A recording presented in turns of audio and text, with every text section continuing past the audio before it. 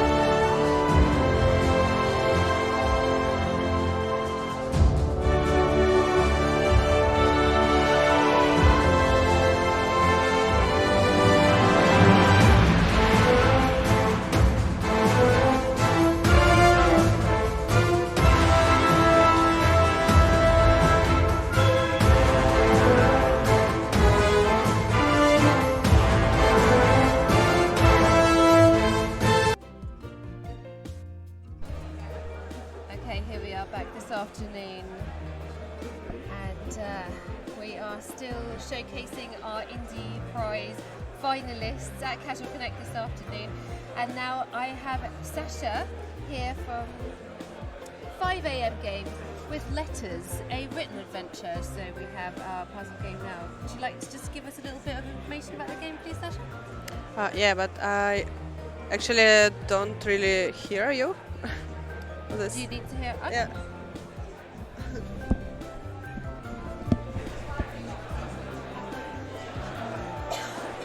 That should be a little bit better for you. It's a little bit better, yeah. So it's a little, very cute puzzle adventure where you play little girl Sarah inside her own letter to pen pal in Russia. And you will be growing up this little girl and solve some puzzles. You are literally moving inside of your letter. You are using lines as platforms. You can physically take and use some of the words on drawings there, transform them. And the main riddle is to find words inside of the other words. Like, for example, you have a word cute, and you can break it apart to cut and a, and then you can use this cut to cut something down. Right? Okay, so it's very much casual, relaxed, like puzzle game. There's no sort of like timing elements or anything like that. Yeah, so it's narrative driven, it's a platformer, but we are trying to do also the platformer part as easy as possible.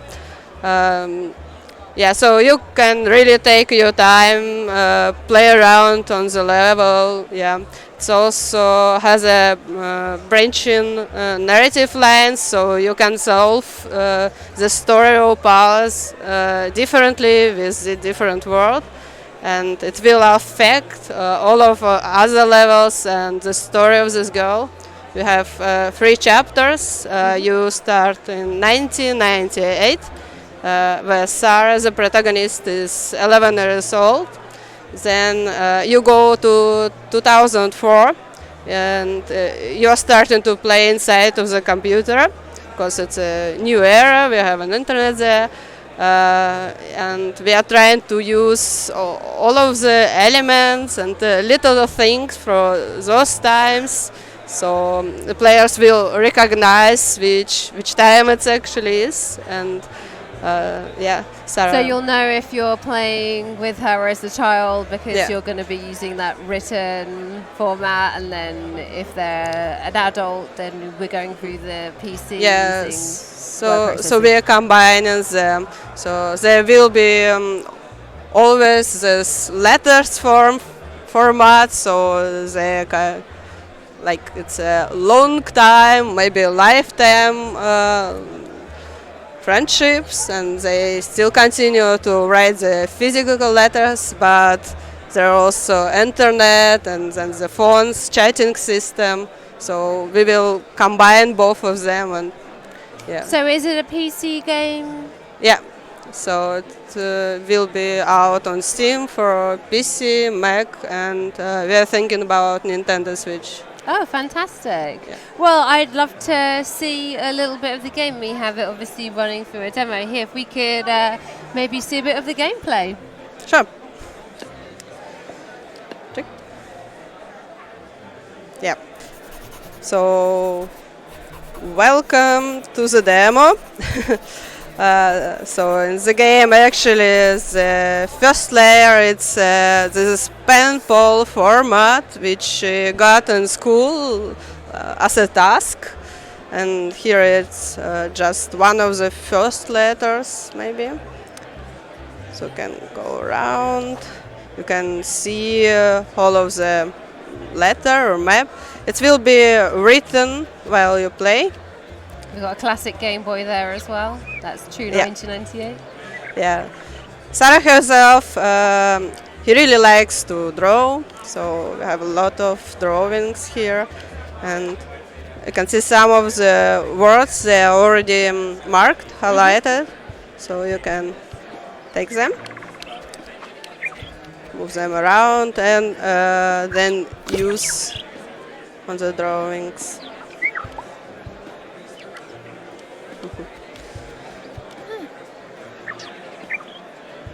Our drawings, so NPCs is very talkative.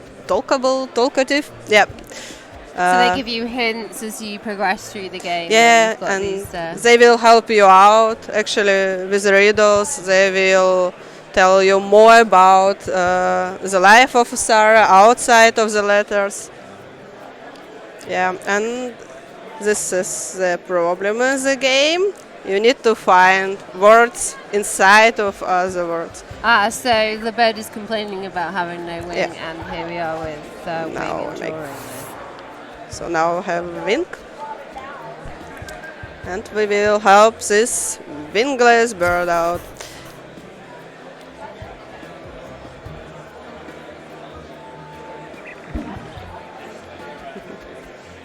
Check.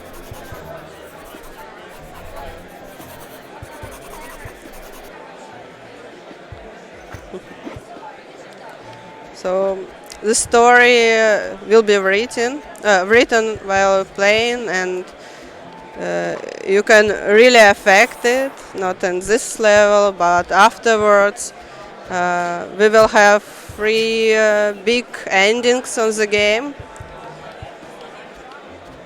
Check. So those outcomes are going to be dictated by how you move through the decisions that you put as the game goes through. Yeah, exactly. So in the demo, you will see. You will be able to choose between playing a game or to be more concentrate on the school and your art. And it will affect teenagers, so adolescents. And all of the words, they will do something with this drawing. Either they will respond with the text or do some animation, or go away, give you a hint. So it's very much a game you can just sort of feel around by Yeah. experimenting with the word placement and how things interact with each other. Yeah, and sometimes we have like a small decision, sometimes bigger. So here, in order to go through this riddle, I can let this girl Leah win or lose. Right. So usually people like the win variant. Yeah.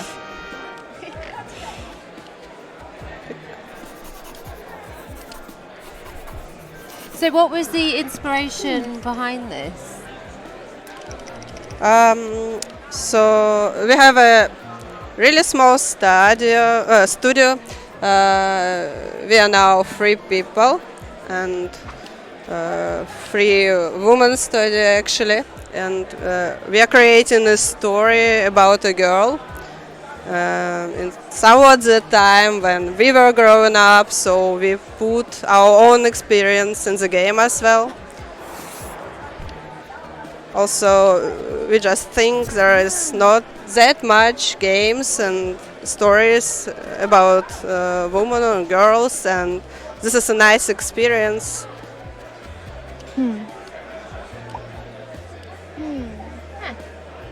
Yeah. Yeah, I don't see many sort of. I mean, it's not really a text-based adventure, although it is. Yeah. I'm not really seeing very much other stuff out there that has these kind of movable, interactive properties, and you've really got a very unique kind of take on Yeah, the gameplay. exactly. It's kind of problems people not actually like walls of text in games. They will skip here. This is why it will be written while you play, because you will get just a little bit of text at one time, so you don't feel too overwhelmed. But still, yeah, it's a hard task, and we are experimenting a lot. We did lots of iteration, and we find now it works really well. So here is this decision with is a let you play this new cool online game with a friend, or concentrate on the future, because future is scary. Right, so we have to do another decision, right? Right. So I guess we already let the girl win the gaming, and I would say let's go with the gaming, but I feel like perhaps we should be good now and go to school. Ah. Oh no, we're going into the games. We're going into the games. Right. Yeah. So now welcome to 2004. So here we are, 6 years on. Okay. Yeah. By making this decision, your mates are a hardcore player and also a punk actually. So her outfit and the look will change accordingly of her decisions. Yeah. Her friendships a little bit. So and you will get different level actually. This part it's pretty much the same mechanic, except you are using the chat system to talk. I like that a lot, because we have much more freedom here. You can just open or close new windows, expand these windows. It's so we are not limited to one paper. Oh. Yeah, and we try to remember how it was this time in 2004 when Back we in were a MSN teenager, Messenger. and Yeah. how did it feel? How did it work? What we did do in internet actually? So this is an example. It was an era of emails. They were everywhere, and MySpace. yeah. So this is my site. Yeah. So here you can create an email of your dream, sweetheart email. We have this in the main game as well, and you create here like an image of sweetheart of Sarah, but you will meet a real person which is looking exactly the same in one of the levels. Yeah, so you can. So you're constantly affecting as Yeah. you're going through. Yeah.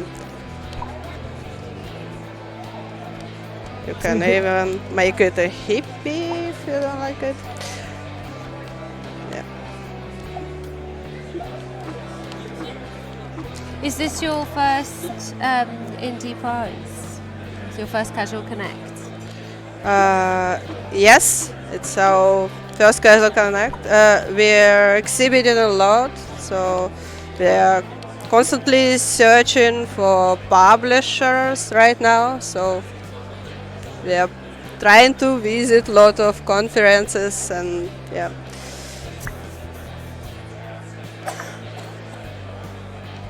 It's such a unique style of gameplay. I feel like I could sort of sit and get lost in this for hours, experimenting with breaking down different words and interacting with the Yeah, with the graphics. And it's very fun to create because it is unique. So it's just what we are trying to do.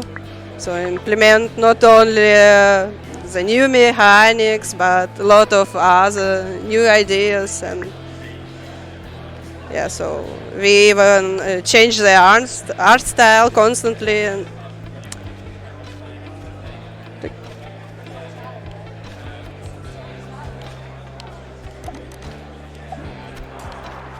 Yeah. Some players they actually really like the story, but not necessarily riddles. So we give them the opportunity to use hint.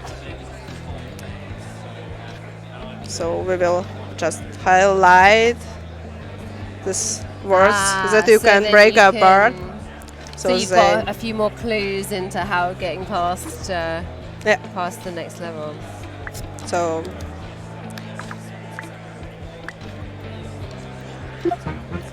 yeah. So she's a player now. There we go. So what kind of struggles and limitations did you find developing something so unique? Yeah. So the first, the main one is localization. It's pretty much not possible. So we will need to reconstruct the whole level if you want to translate it in some many languages. So this is really a problem. Yeah, because you're really very heavily integrated into those words, aren't you? Yes. So, and then translating that and the story and those interactions is basically rewriting the game. Yes. On the other hand, we released our early prototype last year, and we got some reviews and comments from China, Korea, Japan, and people actually really love it, especially because they could train their English with the game.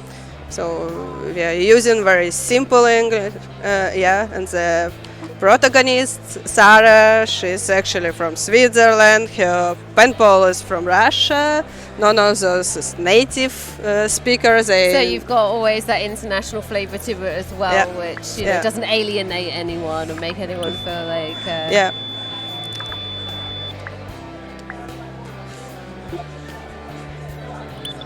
So you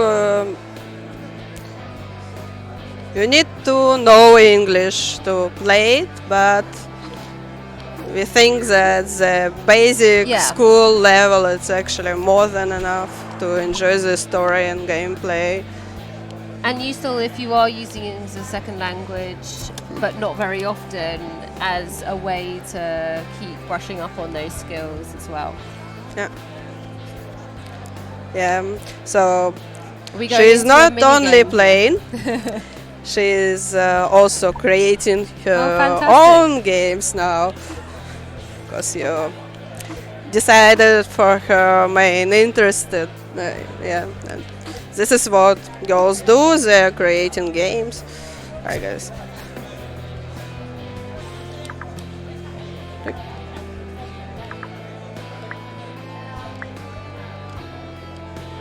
How integral have your community been in the formation? Have you had a lot of feedback from beta testing? Yeah, we are mostly have a really good feedback because the idea is so fresh and new, and we got a lot of this wow effect, and people just figure out that you can actually really do it and play this way, and yeah, and the game already went through many iterations actually, really. So at the very beginning and the very first prototype, it was actually a shooter game, kind of. You were in the diary, populated by some monsters, and you needed to find words like, I don't know, kill, luck, defeat. Right. Yeah, and it transformed to the really narrative-driven story about This is a lot growing more up. relaxing. Yeah. A lot more sedate for the afternoon. Yeah, you can die there. It's no chance.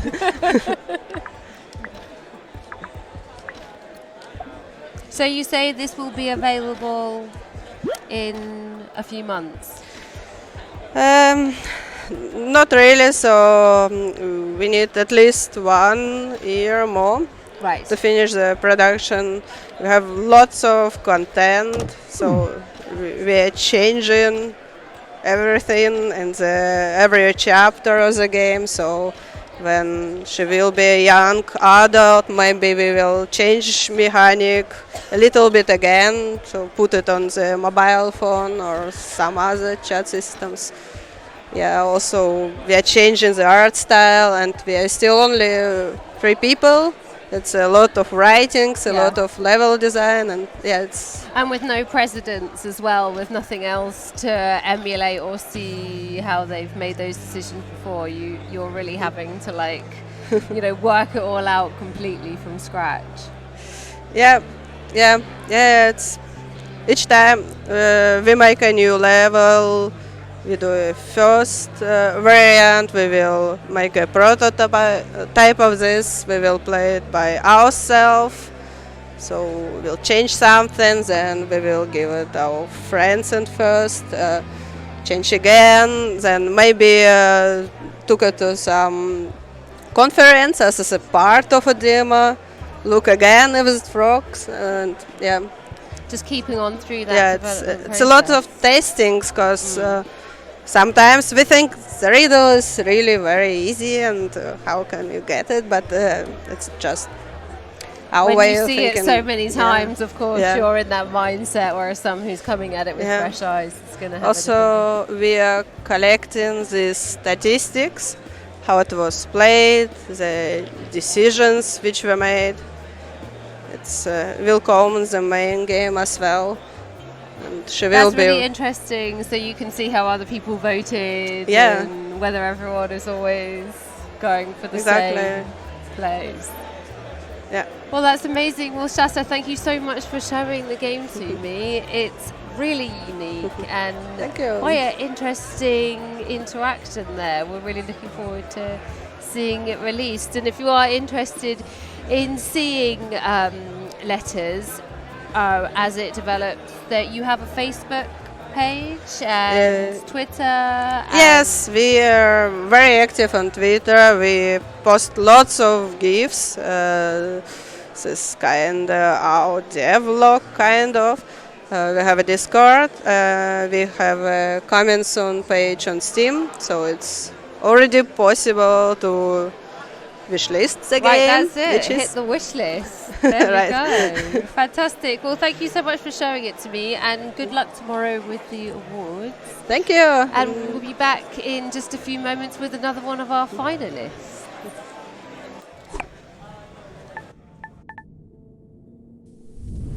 Radio nostalgia from Mars.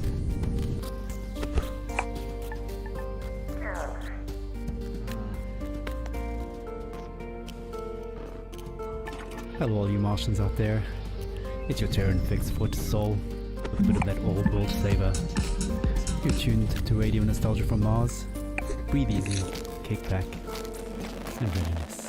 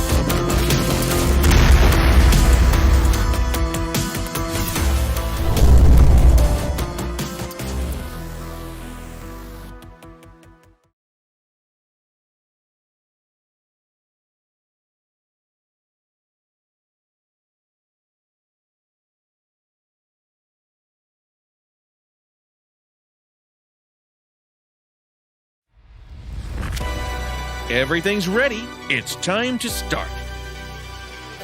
You're crossing the dunes of a distant sand world when suddenly you're attacked by an urgent need to go to the ship's bathroom, but you can't find it, so you explode! Ba-boom! The enemy ship is blasted to smithereens by your missiles. Inside its remains, you find the game rules. Each one of you can only act once per turn. So what you can do is Land on a strange planet. You're alert for any signs of danger. And suddenly you feel something crawling up. my butt fits this chair just right. And these sci-fi glasses, they make you feel dizzy with so many possible planets to explore, but on that ice world you see Mr. Kent losing his towel. I like this character, by the way. Try to be nice to him. Otherwise, who knows what terrors may befall you? The blue energy form dissipates after giving you this cryptic advice. you're ambushed by a bunch of sand raiders.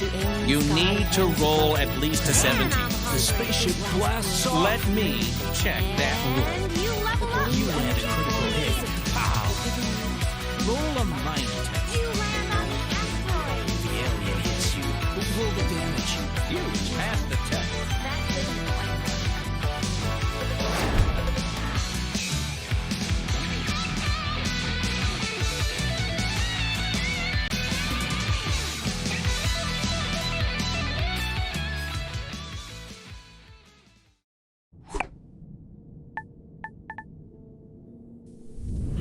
Radio nostalgia from Mars.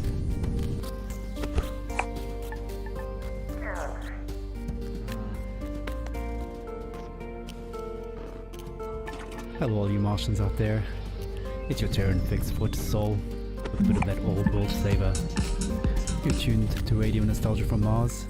Breathe easy, kick back, and reminisce.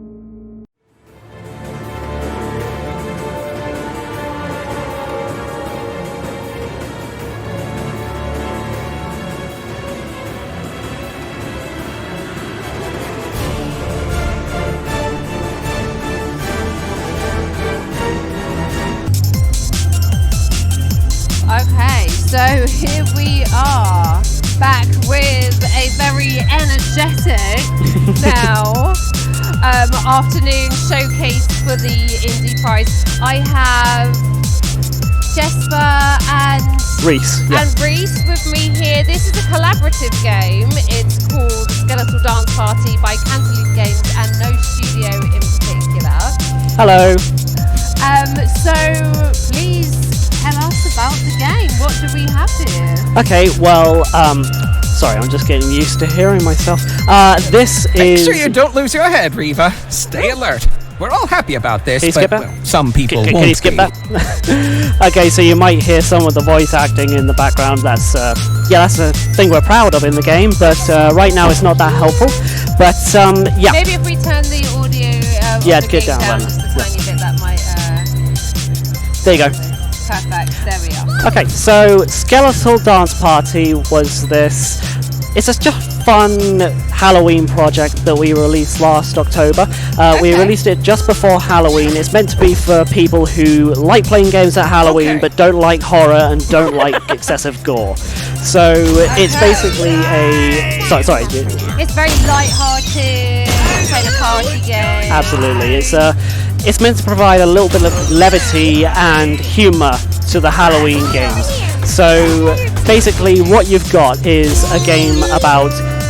You play this lonely little witch, and she has no family, she has no friends, she has no social life, she has no job prospects, so she goes around the catacombs late at night, and she thinks, you know what, I'm lonely, I don't want to be lonely, so I'm going to raise the dead. Okay, Yeah. well that's one way to solve the problem. Absolutely. She's not into the whole pizza party thing. Oh, yep, this is my character in the game. I played the voice of Eek the Shy Ghost, and the story in this game is that after you start resurrecting the skeletons of the dead, they are just so happy to be alive that they just want to party, and that's the whole premise. That's the whole premise. Okay. So we're going around a kind of dungeon like creating parties. Yeah, it's the ultimate level of recycling. It's killing enemies and then resurrecting their skeletons as friends. What a fantastic premise. So tell me about the collaboration between the pair of you. How did that come about? Well, Jesper has been working for a long time on a game called Scrap Galaxy, which is a completely separate thing, and I originally met Jesper through Game Jolt offering voice acting work, and I was bugging him, and he eventually finished the game without voice acting, thank you very much, and the next thing he said was, I'm actually working on this other thing, and it's based on this viral hit that I made back in 2016, which is still hit for me, and not with the Swedish accent. So you can actually understand me saying what he said. Yeah, you've been drinking more herbal tea than I've ever drunk in my whole life. So he originally made this game, Skeletal Dance Simulator, back in, I think it was 2016, 2015, and that was a Halloween hit. It was on the top of Game Jolt's free games. Jacksepticeye was playing it, PewDiePie even played it. Yeah, even PewDiePie played it. And you decided so it definitely hit its YouTube rounds there. Absolutely, absolutely. So we wanted to make a narrative version of that. It was just originally a sandbox, protect the idol sort of game. Endless waves of enemies that you just have to plow through as hard as you can. And instead of that, we decided to expand it into this whole procedurally generated world. Right. Every level is always different. There's no way to really guess the twists and the turns, what items are going to be there, how many enemies there are going to be. It's all procedurally generated. So essentially you've developed probably playability of the game, whereas there may have been a slightly more limited aspect to it before. What you've done is then try to take that to the endless and endless ways of playability. Absolutely. There's also some side quests, and there's some additional things that we're planning on adding in the future. But there is still a narrative, and as you go through the main game, this is just a flimsily thrown together convention demo right now. But the story will proceed through the same sort of narrative formula. You'll finish a dungeon, make a new friend that'll join you in your party, your literal party. Champion paladin of the Temple of Righteous Light. Yeah, and I will put to really bring this party to life. So one character, my ghost character, he's a decorator, so he decorates your little hub world, makes it a bit better looking. There's another who brings food, a rave zombie who brings her disco lights, and there's even a singing demon, and we actually got her voice actress to sing for the poll, and that was really good. And fantastic. Yeah, they're all amazing. The entire cast was amazing. The next not time including we myself. cross I'm not arms, going to be that. I will be victorious. I'll be modest this time. But See you at the party. it was just a lot of fun to put together. The way that the game is built is that it's fully physics based. So when you look at the game and how the characters move right now, it's all ragdoll based. There's so much going on. None of it is animated. It is all done by the game itself, just from the physics. Everything is dancing.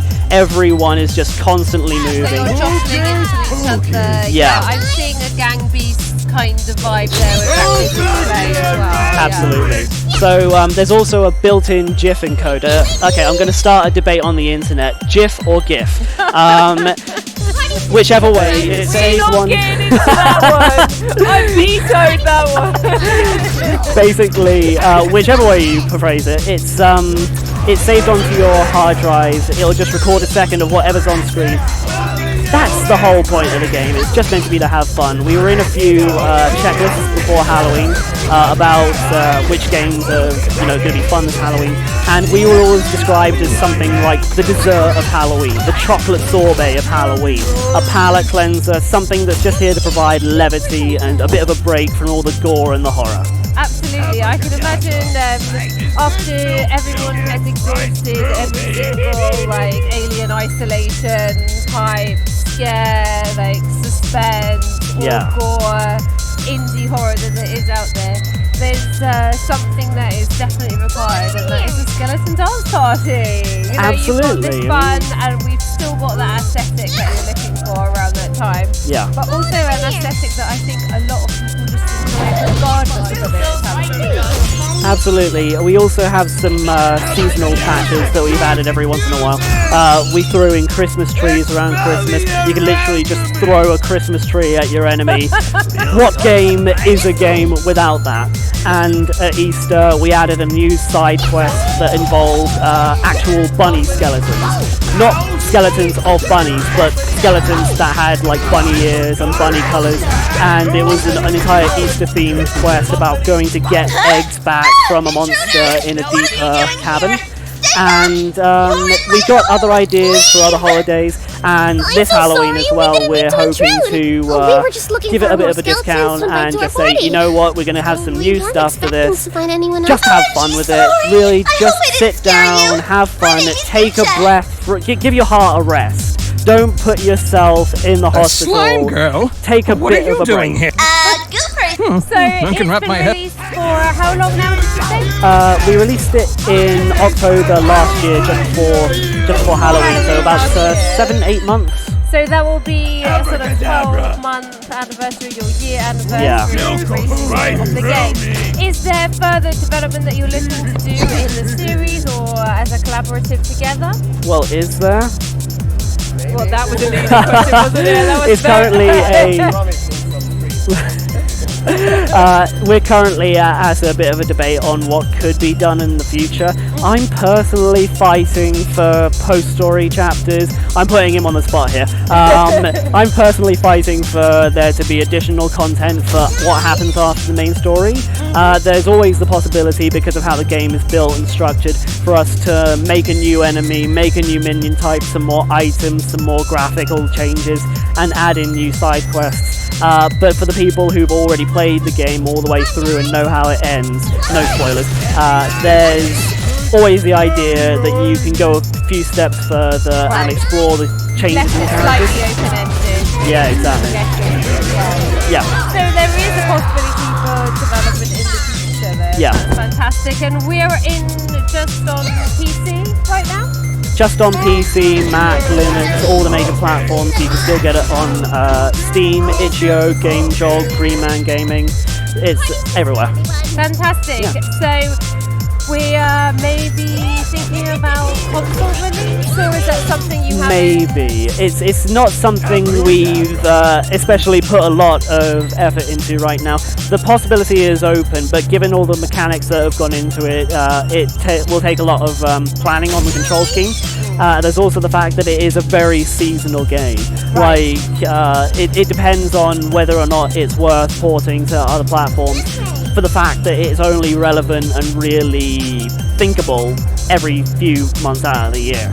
But it is something that every single year will have that replayability as well, though. Absolutely. It's not quite upbeat, and obviously you've got these easily generated levels, so it's not like someone is like going through the motions each time. It is actually going to be something that's fun every single year to pick up and play. Absolutely. And I mean, not to do our own trumpet or anything, but we do just like the idea of people coming back every Halloween or multiple Halloweens just to sit down, take a bit of a break. It gives yourself a little bit of a rest and just something fun to do and occupy yourself for a little while. It's got a runtime of about 4 to 6 hours total, so there's not really much that you're committing here. That's a really good stream time. It's, Absolutely. We've had really some good streamers already amount of take a look at it so far, yeah. So you are here as Indie Prize finalist this year. Is it your first finals? Yes. And out of all the categories, is there one that you think you prefer? If you could choose. Is there a best voice acting category? Because we don't have a lot of competition so far, I've noticed. I would go for best technology, but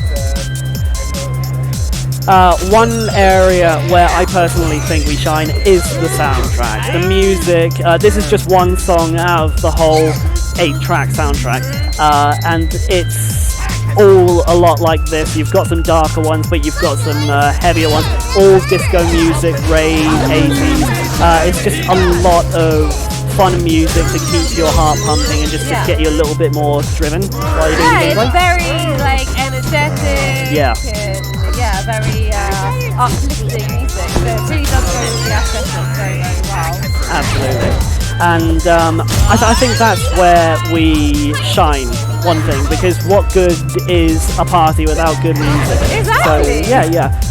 Connor, the musician Connor, if you're listening to this ever, you did a fantastic job, buddy. Everyone involved did a fantastic job in making this, and we're so proud of everyone's efforts just to get us here. Because this is not a game that we would advise anyone a little to over here. Get excited. There's so much meat to this. No, there's little meat. There's all candy. It's all dessert, ice cream, cake, chocolate. Sometimes that's what you mean. Yeah, Sometimes we exactly. need a sugar rush, and I feel this is very much a Halloween sugar rush right here. Exactly. Yeah. So we're just proud to be here. We're just happy that people are taking a look at it, turning their critical brains off for a minute, and just sort of sitting down and like having fun with it, enjoying it. Fantastic. Talking about having fun, what's been your highlight of Casual Connect this week? Oh boy.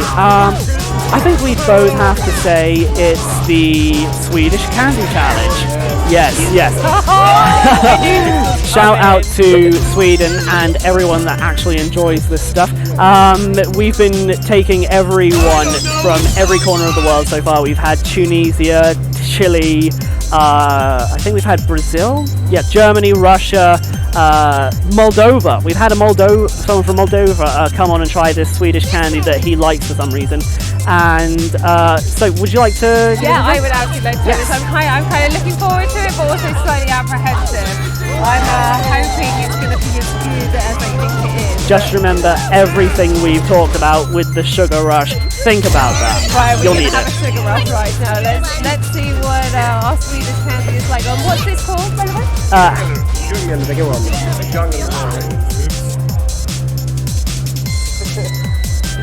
Yep, there it is. So I'm starting off. Excuse me for talking with it stuck in my teeth. I'm starting off with a really salty, punch in the face. Yep. But it turns into this molasses, licorice, loveliness. Although I do feel like I already have a cavity. After you get past the salty taste, it is literally just 100% licorice. So we've had the cinnamon challenge. Let's do the jungle raw challenge, everyone. The Swedish jungle raw challenge. I want to see everyone doing that by tomorrow. Make it viral.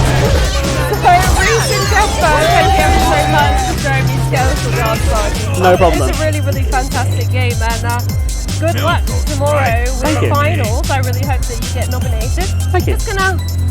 Yeah, that's going to happen. You're going to have that in your teeth for the rest of the day. Can I get you a glass of water? No, I have one, thank you.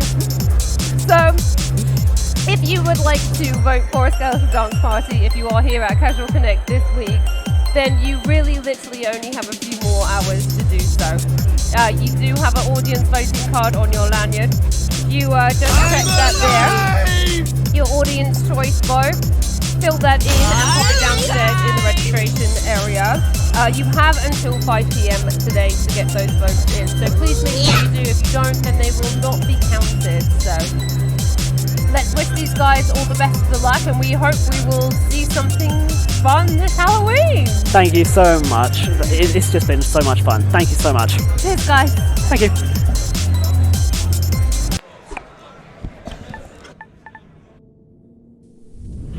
Radio nostalgia from Mars.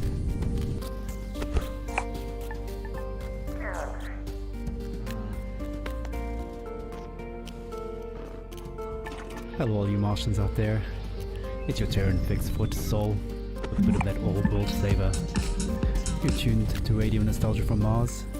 Breathe easy, kick back, and reminisce.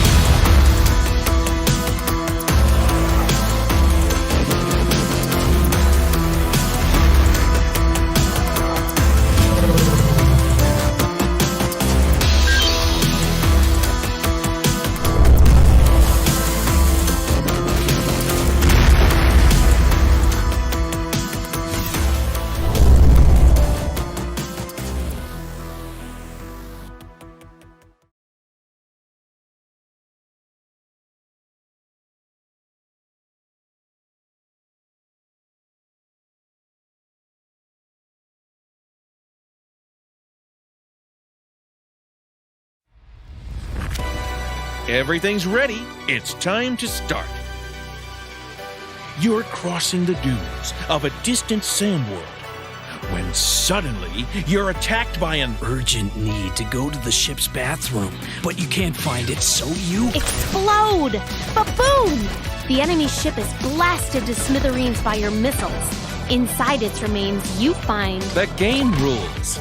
Each one of you can only act once per turn. So what you can do is Land on a strange planet. You're alert for any signs of danger. And suddenly you feel something crawling up. my butt fits this chair just right. And these sci-fi glasses, they make you feel dizzy with so many possible planets to explore, but on that ice world you see Mr. Kent losing his towel.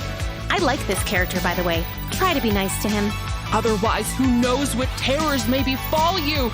The blue energy form dissipates after giving you this cryptic advice. you're ambushed by a bunch of sand raiders. you need to roll at least a 17. The spaceship blasts off. Let me check that rule. And you level up. You land a critical hit. Pow! Roll a mind check. You land on the asteroid. The alien hits you. Roll the damage. You passed the test. That didn't quite work.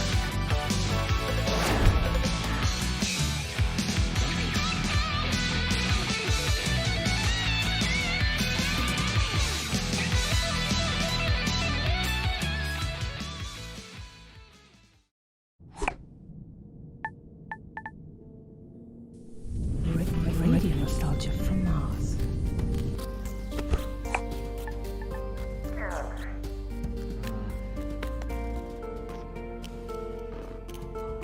Hello all you Martians out there. It's your Terran fixed foot soul with a bit of that old world flavor. You're tuned to Radio Nostalgia from Mars. Breathe easy, kick back, and reminisce.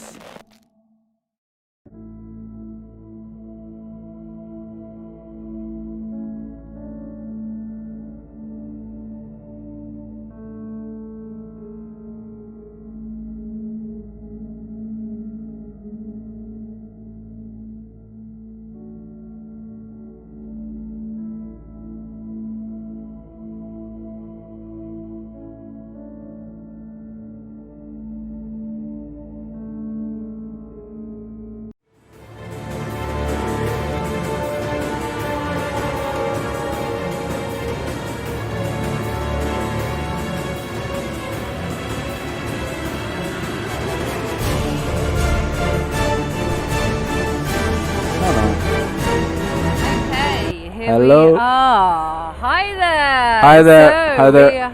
We are back this afternoon Yes. with our Indie Prize finalists, and now we are showcasing a game called Demonica. I have Fabio and Federico here with me.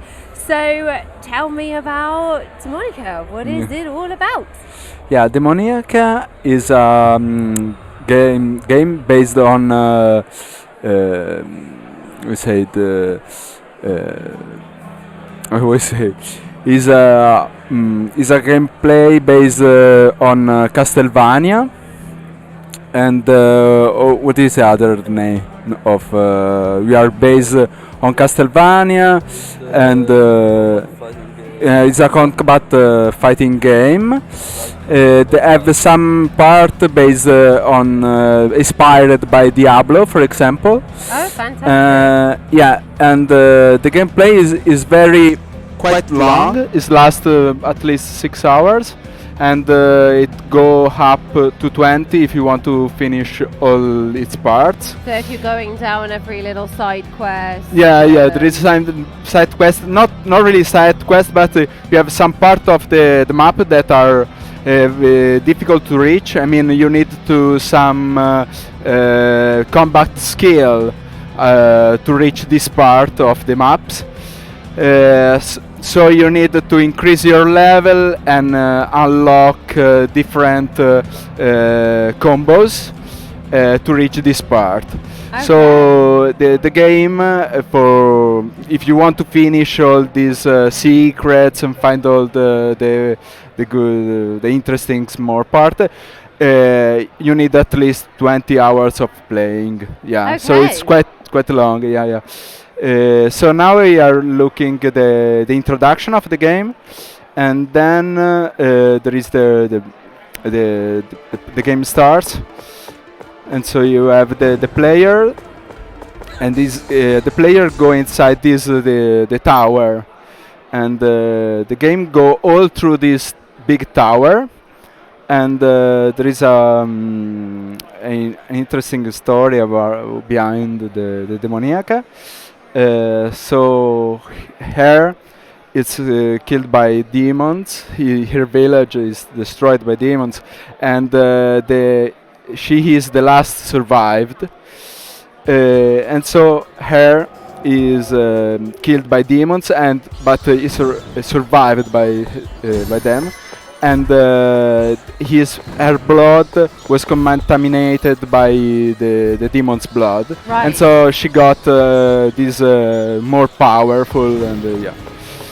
Okay. And so the gameplay is like is Castlevania-like. So you've got this side-scrolling Yeah, action. and the camera is fixed and sometimes move and follow you, or are fixed in some region. So now we are looking at the first part of the path. Can you show the menu and all the? So here you have the items, so you can show all the kind of items, but because the game is based on combos, you don't have kind of weapons, so you have only amulet, bracelet, rings, and so her special powers from yeah, the demons yeah. For are example, allowing her. now we use this amulet that increase the defense and the luck. Right. And the possibility of soul of 5%. And this is the part based on more like Diablo style. Right. And you have some skills that are attack, defense, luck, and luck and intelligence. So are you able to change those points depending Yeah, on yeah, how yeah. you want You to can skill your you can character? change your points, and for example, attack increase the damage of your attacks. The defense, yeah. There is a little bit dialogue box that explain how the different stats change your ability. I mean. And then in the menu you have also there is the list of the possible combos. So in the first lines is the base is the standard moves. Okay, and so you're going to have those already. You can use those to work out how you're going to play the game. yeah, more or And less, then yeah. We're seeing And these ones are locked, so you have to work out how to do them to unlock them yes, during the game. yes, the list, and you unlock this during the game buying at a specific shops. Right. Yeah. And then there is the legend about the map, so that you can show the tower and the different zones around the tower. And so there is the first part that is in the entrance halls, and then you need to reach the peak of this tower. So I see there are a few little icons there. Are these people that you meet as you progress through the story? Yes, yeah. There is 12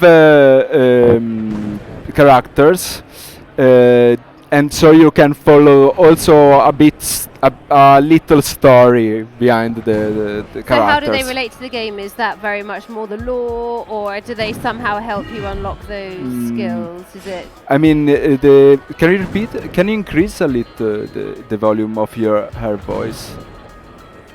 Thanks. Is that any better? Yeah, better. Yeah. So what you say? So do the characters that you meet, are they for the lore of the game to expand the story, or do they unlock the combos as well? Do they help? Yeah, both. I mean, you can follow the story of the characters, and some characters are the shopper or other kind of type. Yeah. And the last is a little guide, game guide. So there is, for example, the minimap info, because we have both a complete map of the tower plus a little map that is on the left side. And also the game you can play with 2 players. Ah, okay. Yeah. Yeah, I mean, if you have a friend that want to enjoy just few... Is that local only? Yeah, it's not or- local yeah? only. Local only. And so if you go... if you go through the game, then you reach a point that you can unlock this combo that help you to evoke this little demon, and then this demon can control by your friend. Okay. Yeah, so you've got like a companion to yeah, you help become you a with little your- companion. Yeah, Okay. yeah. So now is locked this combo, but then when you reach is not so far, so we probably we're reaching this point. And other important aspect of the game, we decide that during the game is not possible to save anytime, but you can only save during when you enter in this room. So there is a save room, and there is 36 save slots. So you can save and you add a slots and then you load. But always when you load a all the match, all the play, you go and you start from that room. So you always restart from that room. For example, now we are looking at the skill, at the stats, and there is some object, for example, the spheres, that increase and balance your stats. For example, yeah, I see we've got a minus is here. -5, but plus. So during the game, you probably find something that increase the attack but decrease the defense. So So you have to like wear different things. To, yeah, like, for balance example, out in those some skills. case you want prefer to increasing your defense because it's, so you can. This is the second room of the game. Yeah, so is we add a lot of FI to the game, so it's very. Yeah, there's lots of like puzzles going on at the same time as people to fight. You've got to avoid things. Yeah, you can maneuver around avoid. stuff. Or now is very simple the possibility of attack the different demon. Now it's level up, but then the long list of combos increase, and so you can enjoy more the possibility of attacks. This is the one of the character that follow you during the story. Ah. A little girl that and there is a lot of secrets in that game. Yeah, I see this box so here, so we have to break through this wall. yeah, for example, you can use this little mini map to understand that there is some secret probably behind the wall. So the wall is so Yeah, I difficult can to see break. it's quite tough, yeah, but yeah. it's moving, so we know it's gonna. Yeah. Of course, now is very long to destroy the wall because you are not so strong, but then become more stronger. In the game there is more or less 150 monsters, no?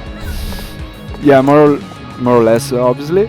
Each monster have a specific attack or zone that activate his attack or defense.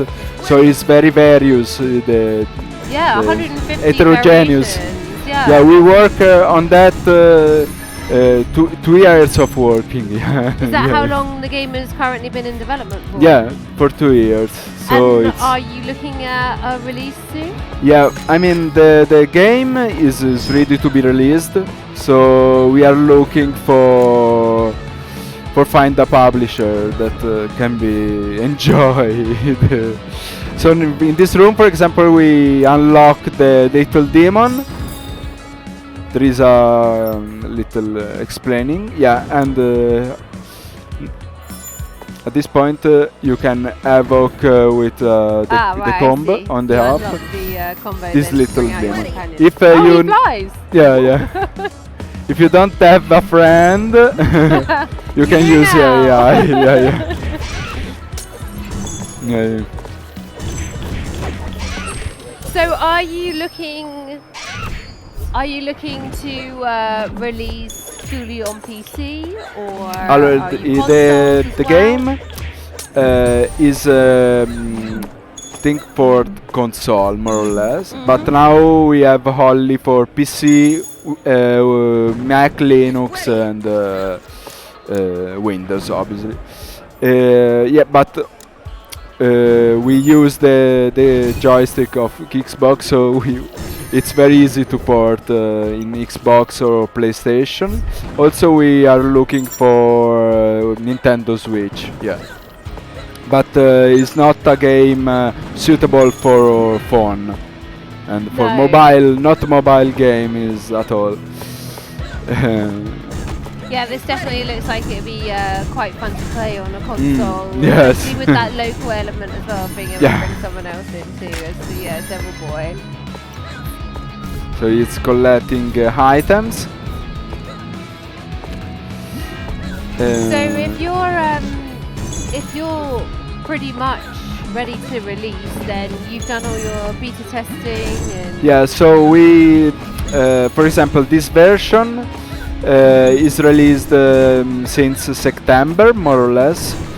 So we just with a little bit adjustment, but nothing important. The game is possible to play from the start to the end without any problem. So yeah, I mean we are ready to release. Yeah. But we are looking for something that can publish. So we are waiting to publish to the public. Yeah. Would you ever consider self-publishing? We are thinking about that, but it's difficult. We don't know if we can reach enough people, because our game is a very how you say a little people like this kind of audience. Yeah, this audience is little, so we would like to reach every people that likes this kind of game, so we are waiting for that.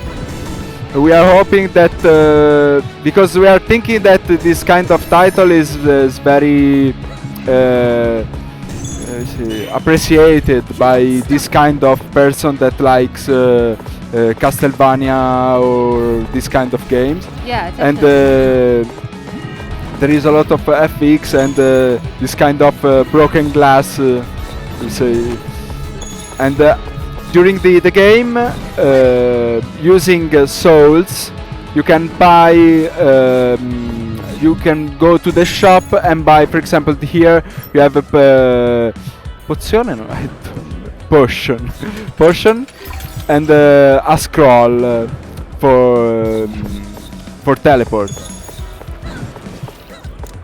And during the game there is character that can use to buy and sell to buy moves, action, combos.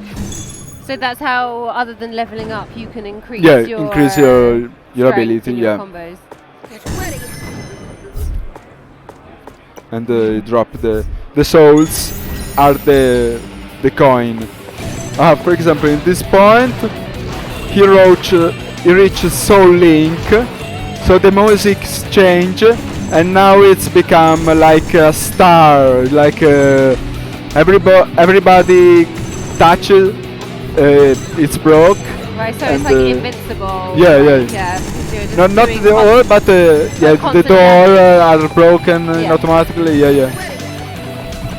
In the game there is 12 soundtrack, and yeah, every zone have the proper soundtrack, so it's you can enjoy also the music. Yeah, I am loving the music going through this. Thank you. It's been a real joy to listen to Yeah. you go through. Was it you guys that designed the music as well? No, we found a very good sound maker, and yeah, yeah, he's a freelance artist, and we found on internet, and Oh, it's fantastic. yeah. It really goes with the colours, like it's giving me that like a bit of like retro vibe there, you know, with that 80s kind of, I'm even feeling a bit more this combat-y kind of, and- yeah. So is this your first time at Casual Connect? Yeah, yes. We was selected for the Indie Prize, so we are happy of that, and we are looking forward to win. So tomorrow we have a few categories. If you could choose which one, if you could take home any prize, which one would you like to be taking home with you tomorrow? The other game you're talking? No, out, sorry. Out of the indie prizes, which category? No, I don't understand. No, sorry, I don't understand. So we have things like best narrative, best soundtrack, best graphics, most promising. Okay. Yeah. I don't know. I think the soundtrack is pretty good. Yeah. And also the graphic part is very well made. I mean the kind of the genre, the game style. I mean, if you like this kind of game, is very specific.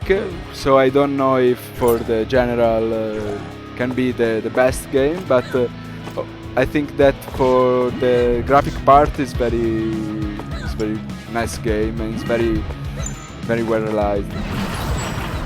It's very distinctive. Well, good luck with tomorrow Yeah, we hope and so. the nominees.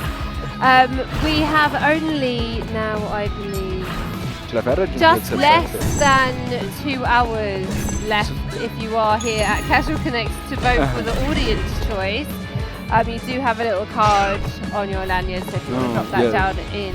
Yeah, for the vote. Yeah, make sure you guys have voted and Yeah, get we have everyone to voted, vote. You have yeah. until 5 today, so 2.5 hours. For example, here you have he died. Benito, oh, that is the perfect timing. Well, thank you so much for showing me the game. Fabio? Thank you too. Federico, thank you so much. Thank you That was so much. Monica, a collaboration from our two independent developers there. And we will be back in another 10 minutes with another one of our Indie Prize finalists at Casual Connect. We will see you very shortly.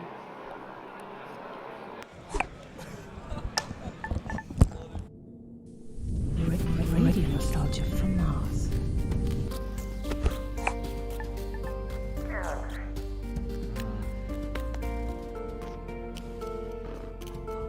Hello all you Martians out there. It's your Terran fixed foot soul with a bit of that old world flavor. You're tuned to Radio Nostalgia from Mars. Breathe easy, kick back, and reminisce.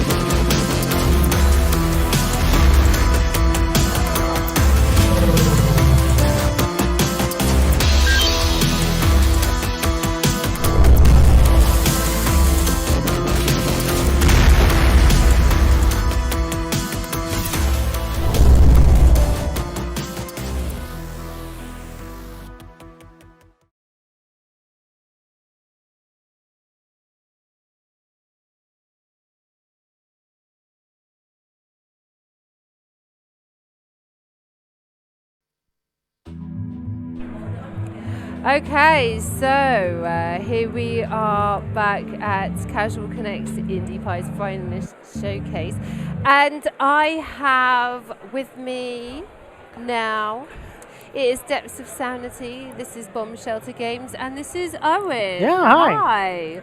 So, just as we sat down, and as we are getting towards the end of the day, ever closer to those Indie Prize Awards tomorrow, Owen was very pleased to tell me that he just found out he got nominated. Yes, yeah, we got nominated for an award, which is very, very exciting. So we're trying to, we don't know the category yet, but we're fingers crossed to actually win. If you could choose which category secretly, which one would you hope for? Obviously, best in show would be. Oh, there you go, of course. But they do it by like category and that sort of thing. So I honestly, since I do all the programming, anytime we get an award for mechanics, it's like that was for me. Yeah. So that's what I root for. But I'm sure my artist at home is praying Just for like, the best art award. Graphics. yeah, exactly right. Fantastic. So here we have Depths of Sanity. Now I feel like I pegged this straight away. We've got a bit of a Cthulhu vibe here, definitely a bit of Lovecraftian style going on. So actually, give if you us look an idea. Oh yeah, absolutely. So I would have the main menu up earlier. You see all the tentacles. That's why people probably think it's Cthulhu inspired, which it is, of course. But yeah, it is an underwater Metroidvania where the player is exploring the deep ocean, and as they go deeper and deeper, they sort of go a little crazier and crazier. The story originates from, I don't know if you know what the bloop is called. The bloop is sort of this. Oh, you do? Okay, cool. It's this. If you don't know at home, the sort of an unidentified sound from deep underwater, and I think we accredit it's like ice moving or something, but it's more fun to imagine that it is in fact Cthulhu. So in our world, that sound has been recurring every month or so, and it's been moving, and finally it stopped. And they sent in our main character here, Abe, to investigate, and that's where we leave off. So in this demo, a crew has gone down before you, and they have sort of gone missing. You haven't heard from them since. Okay, so this is not just an investigative mission, it's maybe also like a rescue mission a little bit as well? Well, at the end of the demo, you're going to find out there's no one really left to rescue. Oh no, spoiler alert! Yeah. In the actual game, it's different, and you are looking for the crew. In fact, a relative of the main character is part of the initial crew. But it is a Metroidvania. It's a little different than most Metroidvanias because most of those games rely on platforming mechanics. Right. So this one is all physics, momentum-based movement. So like asteroids or insanely twisted shadow planet or things like that.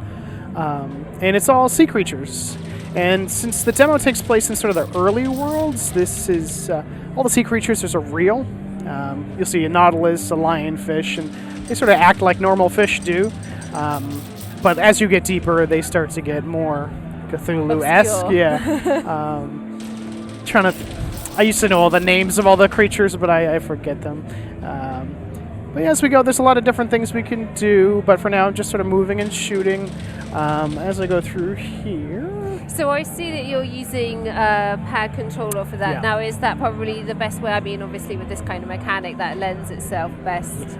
Yeah, honestly, when you start the game, we sort of encourage you to use a gamepad. It is possible to use it on a mouse and keyboard, but just sort of the physicky flow is not quite there. Yeah, with those joysticks as well, you're probably a lot more able to really maneuver around in the seascape. Yeah, and it might not be obvious looking at it because you can't see my hands, but it's not sort of like move up to go up or move left to go left. It is steering, and it's a lot looser. It has a good feel to it, sort of like an underwater floaty type of feel. So, jellyfish, and this guy will stun me if I get in there. So you're using thrust then to just propel yourself. So like around. left stick will just sort of aim me, and then A will move me where I want to go, and right trigger will do the shooting. You'll see these moray eels are a little mean. They'll try to grab me. There we go. I've beaten this a million times, so I know exactly where to go. I'm going to go over here, and we're going to show off one of the cooler features that we like. So I don't know if you've played Blaster Master or Axiom Verge or anything like that, but you can get out of the ship and sort of explore. So now I'm a diver, and you're a little more vulnerable. You have air you can see at the bottom of the screen. Right. I'm just going to shoot this guy right here. You can see sort of So below. there's a bit more time management, like a higher stress level. Exactly. And you use it to get to areas you can't otherwise reach. And you can see below my character, there's sort of something blocking this fun-looking, well, it's a pickup, but... Yeah, we're definitely seeing that this is an object that requires exploration. Yeah. So I can teleport back. It's not really realistic, but it's a quality of life game mechanic. Right, absolutely. So we'll come here and... You've encountered your objective, so let's move on to the next one. I like that. I like that. Yeah, in terms of realism, I mean, the fish are like the size of airplanes. It doesn't make sense, but gameplay trumps it, right? So I picked up a power-up. It says I got the drill. So like true Metroidvanias, you get new abilities that unlock new stuff. So I can turn on my drill, and I can drill the world. So if I drill these blocks... There we go. Hidden area. Fantastic. So the terrain is giving you little hints as you go around as to where there might be places to explore. Yep. So actually, I'll show you a new up here. This anything that dark color, sort of a hint that you can drill. We make it pretty obvious in the demo, but it'll be a little more subtle in the actual game. So I'm gonna get in the diver here. So these guys will kill me, so I want to make them hide. This is air. I don't really need it right now, but if it's there. Right, useful to top up? Yeah, exactly, just to top up. So I'll get this guy's power up. And again, this is the beam weapon, so I'm going to teleport back. And now I got a new weapon, so let's try the beam. This is a sort of a charge weapon. Charge up. Ooh, oh no. Okay, I got him. Oh. Watch out. So there's right now 6 different weapons I can use. The regular shot I've been using. We have the bounce shot. It goes off everything. This is charge, so it's like an AoE, area of effect weapon. If I hit in the general area, it'll kill most things fully charged. There we go. And then we have spread. Everybody likes spread. It's actually the weakest weapon, but everybody likes it anyway. The funnest. Yeah, exactly. So here's a shark, and he's going to hunt me down. Most fish in the game actually are not aggressive because most fish don't hunt ships, right? So they just sort of mind their own business, and it's fun to see that a lot of players will just kill them anyway. It's sort of a look at the human nature, I guess. So I have to drill through here, and there we go. So what stage are we at in the development? Yeah, so we're coming out June 2020. So this is pre-beta, looking towards beta. It will be for the consoles, Xbox One, PS4, and Steam. So we're talking to Switch, fingers crossed. I'm sure every indie says that, but... It's always worth a shot. Yeah, that's right, yeah. Always worth a shot. So here we've hit a dark area, and most people, you can't see, and they sort of wonder, how can I get through here? So we're going to use a new ability called Sonar. So fantastic. The Sonar so lights we're up the going back world. to our origins there with the blue discovered by Sonar, and now we're using it to navigate around. So it'll help us see in the dark, and we kind of use a lot of horror mechanics and stuff, so we try to hide scary things in the dark, so you'll see a shark is going to come up, and there he is. It's funny because people actually get scared and physically jump while playing it, and it's just funny to me because I know it's coming. It's nice to have those reactions, though, because you want that immersion. Yeah, exactly. It shows that what you're trying for is being achieved. It's nice.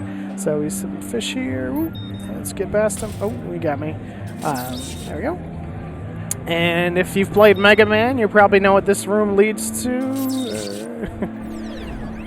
So we'll see our boss. And in this boss, there are 6 worlds in the game, and this is actually the boss of the 4th world. But he's a fun one for the demo. So actually, I know how to kill him. So he's Leviathan. So all the bosses are mythological creatures. Okay, so they're all themed. Yeah. So Moby Dick is one of the bosses, a sperm whale. the Kraken, Siren, Mermaid Sirens, and a couple other ones. Skyla and Charybdis from Greek mythology, and then Cthulhu, obviously, being the final boss. But yeah, he's got a bunch of different attacks, and he's going to kill me pretty good if I get hit by these. But a couple other abilities that I have a backdash to avoid being hit. I also have these special weapons. I have a torpedo, which will home in, and then I have depth charges, which sort of just drop straight down. And they obviously do more damage and have an area of effect as well. When you're using power-up weapons, is it replenished by time, or can you replenish other ways? Yeah, so you can see at the top of the screen they are limited. I have 9 depth charges, now 6, and 12 of the torpedoes. And you have to kill enemies. They'll drop them. It's very much inspired by Super Metroid, where it sort of doesn't really make sense that a shark is carrying torpedoes, but that's just how it goes. It does now. Yeah, right? There's Cthulhu's there. It doesn't have to make sense, right? Exactly. Yeah. Exactly. So I've gotten to the second stage of the boss here. There he is.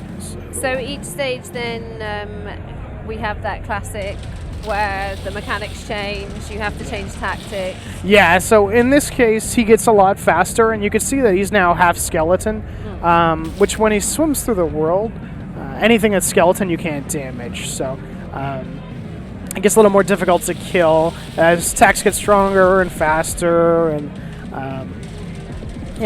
overall tougher. So the second stage isn't too bad, but when it gets to that first stage or third stage, it gets actually quite difficult.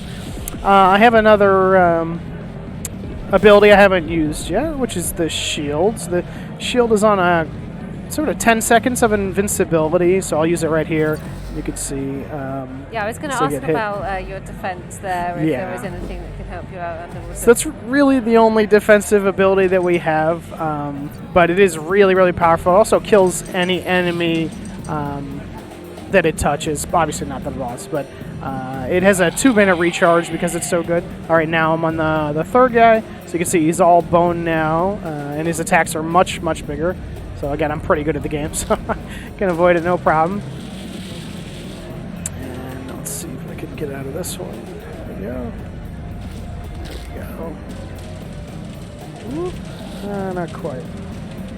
So when he swims through, he's going to be all bone now, and it's actually quite difficult to... So there he is. I can't hurt any of them except his head and his tail. So. Also have a... Had much community feedback yet? Are you, I mean, obviously in such early stages of development, but have you rolled it out to your community and seen their reaction to where you are at so far? Oh, so the public reaction to the game? Yeah, it's actually really good. We've been demoing it for probably 2 years, just getting constant feedback. And a lot of features that we have are a direct result of people asking for things like the backdash and a couple other features we added simply because testers wanted them. Hey, I did it. All right. Hey, well done. And then I was looking for that ship, and now they're going to say, hey, check for signs of life. And it's going to be, well, the computer says no life signs. Everyone died about a day ago. They get access to the black box, and they have this sort of auto recording of what happened. The vessel tracked down where the bloop was coming from, and they haven't seen anything. And they're sort of arguing with each other, and then they see something coming out of the dark, 2 small lights, and they get attacked.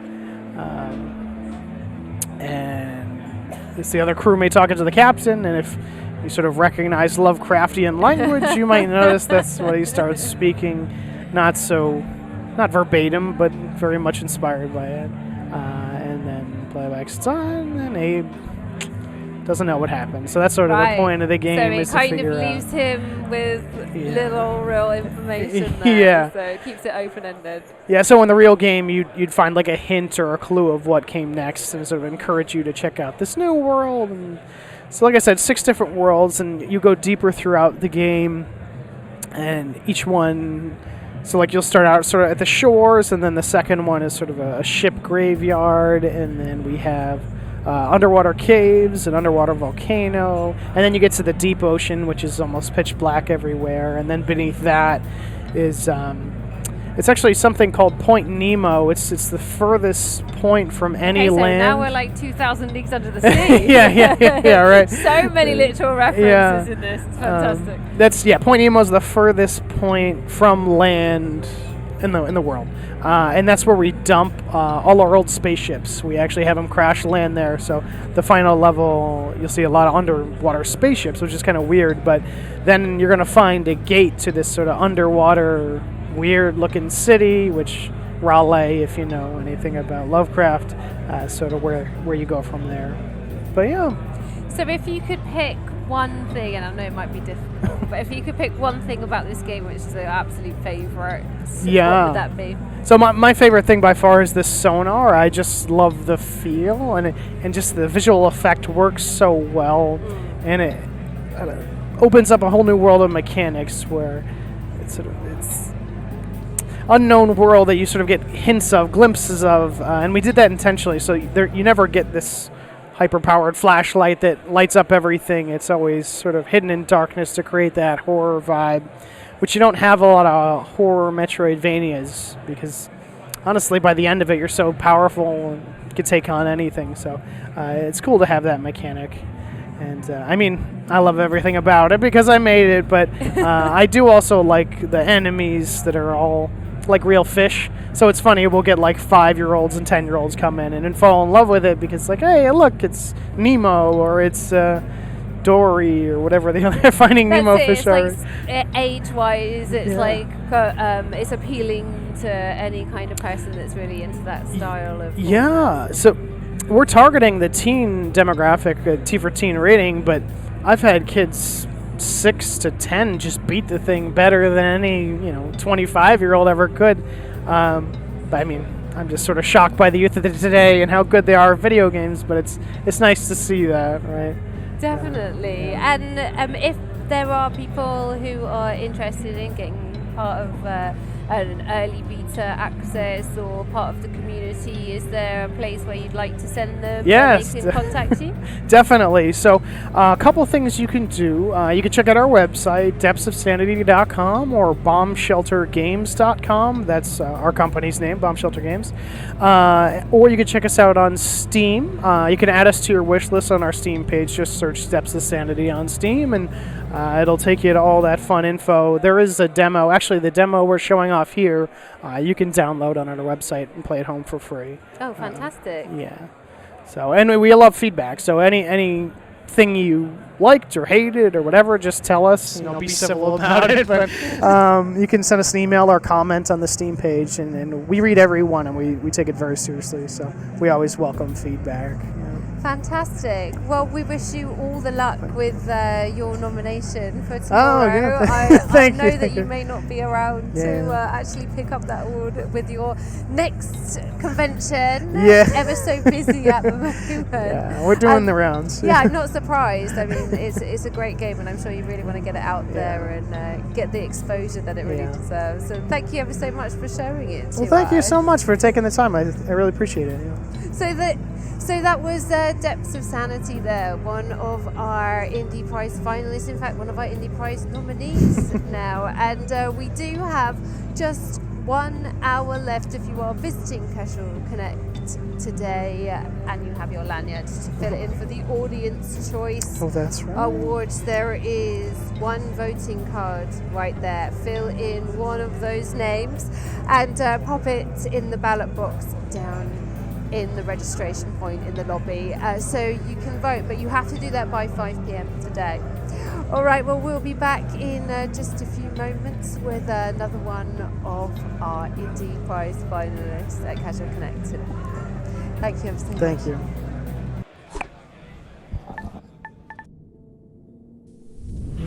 Radio nostalgia from Mars.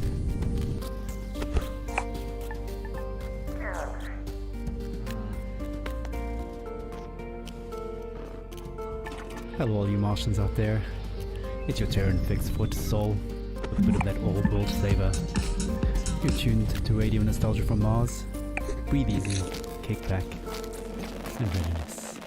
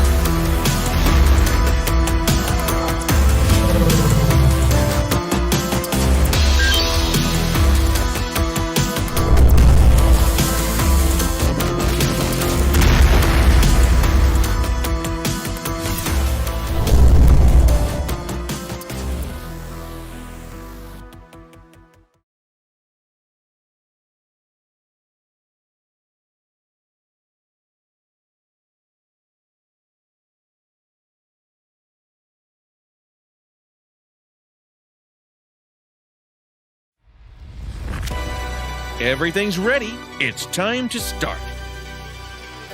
You're crossing the dunes of a distant sand world when suddenly you're attacked by an urgent need to go to the ship's bathroom, but you can't find it, so you explode!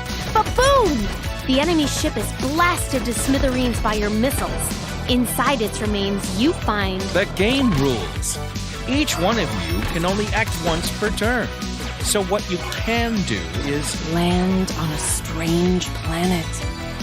You're alert for any signs of danger. And suddenly you feel something crawling up. My butt fits this chair just right. And these sci-fi glasses, they make you feel dizzy with so many possible planets to explore, but on that ice world you see Mr. Kent losing his towel. I like this character, by the way. Try to be nice to him. Otherwise, who knows what terrors may befall you? The blue energy form dissipates after giving you this cryptic advice. You're ambushed by a bunch of sand raiders. You need to roll at least a 17. The spaceship blasts off. Let me check that rule. And you level up. You land a critical hit. Pow! Roll a mind test. You land on the asteroid. The alien hits you. Roll the damage. You passed the test. That didn't quite work.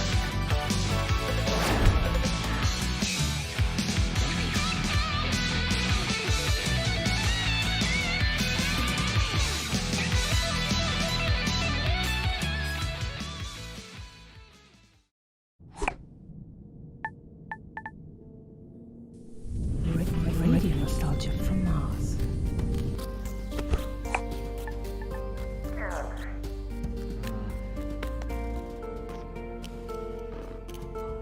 Hello all you Martians out there.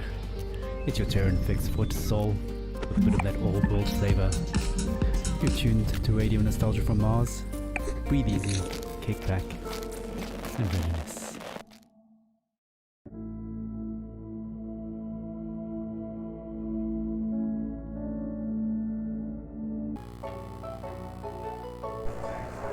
Okay, here we are back on the second day of Casual Connect with our Indie Prize finalist showcase, and I have Esther here from Resistance Studios with Hi.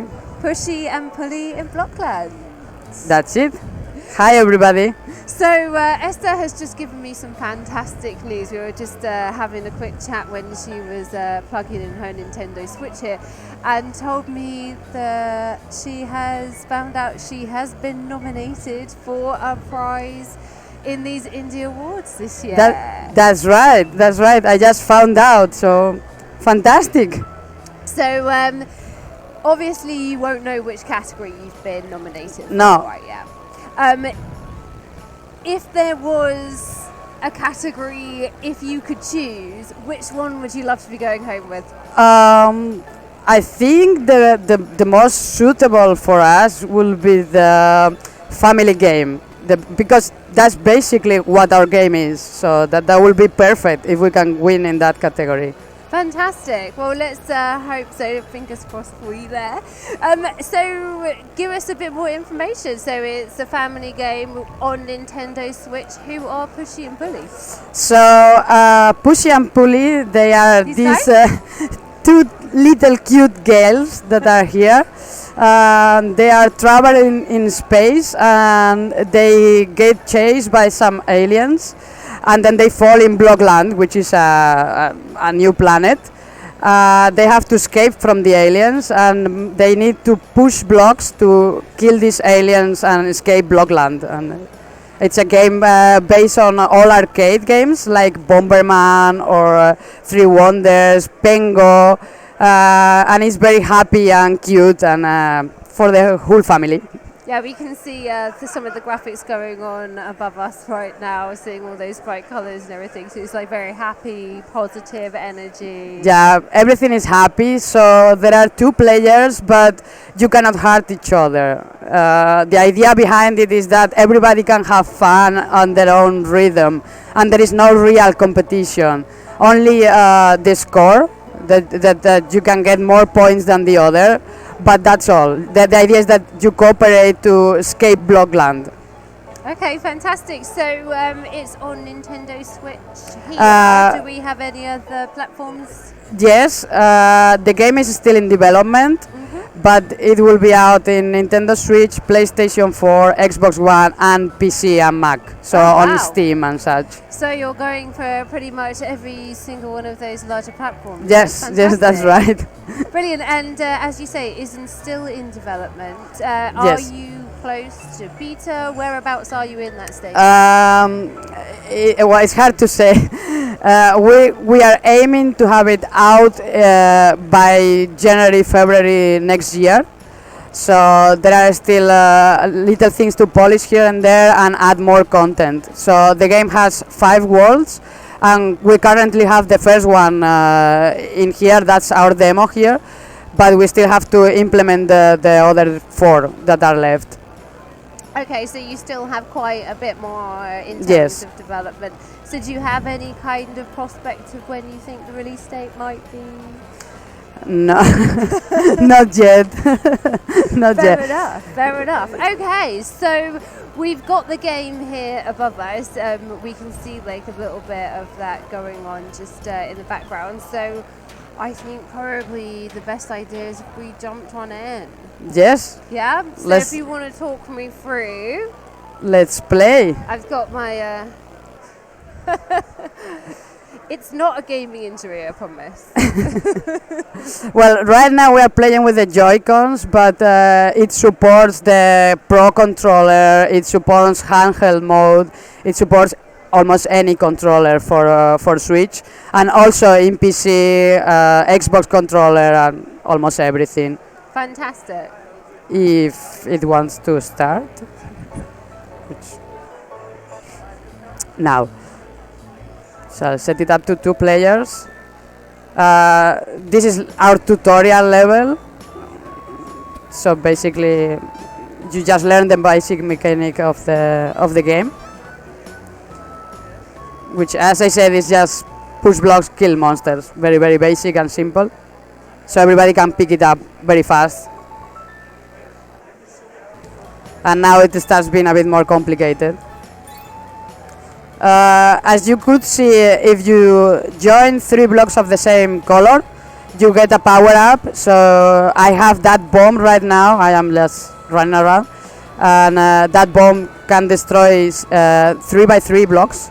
Okay. If you join 3 pink ones, you will get a diamond that will give you 10,000 points. So that's very good if you want to get high score. And if you join 3 green ones, it will give you a block that you can carry around and throw against the monster. And so as you progress through these levels, then I assume that we're gonna find more and more different types of blocks and more different types of blocks. No, the It's my blocks. fault for talking at the same time as playing, and I was like, oh, which character are you running? Yeah, I was looking at you. No, the blocks are always the same. What changes is the level design and the monsters. So these are like the easy monsters, the stupid ones, so to speak. But then it gets more complicated. There are some monsters that launches a beam, some monsters that are a wheel that are like quite evil, and they really go against you, like chase you very fast. Okay, a bit more aggressive. Yeah. Slightly more scary. This is a bit to prepare you for what comes later. Also, some these levels are just going and killing the monsters, but there are some levels that are they have a puzzle component, so you have to finish it in a certain way. Okay. You'll see it in a bit if So you've we manage to do it. not just the puzzle of clearing, but then you've also got to work out like an Yeah, order this or- level, for example, is a bit more puzzly. So as you can see, You've got now it- you cannot pass. Yeah. So you need to figure out how to solve this, so to speak. So I guess pushing that block down to block his beam would be the best idea. Try. There. There you go. There we go. And, And then you die. And then there we go, like right above my head. There are now a bunch more beams. So will you be able to carry on without me? Yeah, it's gonna be interesting because there is a timer on the top of the screen, and you'll see what happens. Oh yes, I see one, and then there we go. So right now there is that UFO. I can try to escape it. I'm not sure I'm gonna make it. Ah! So are there penalties then like that in different ways throughout the game? I actually just walked into that one.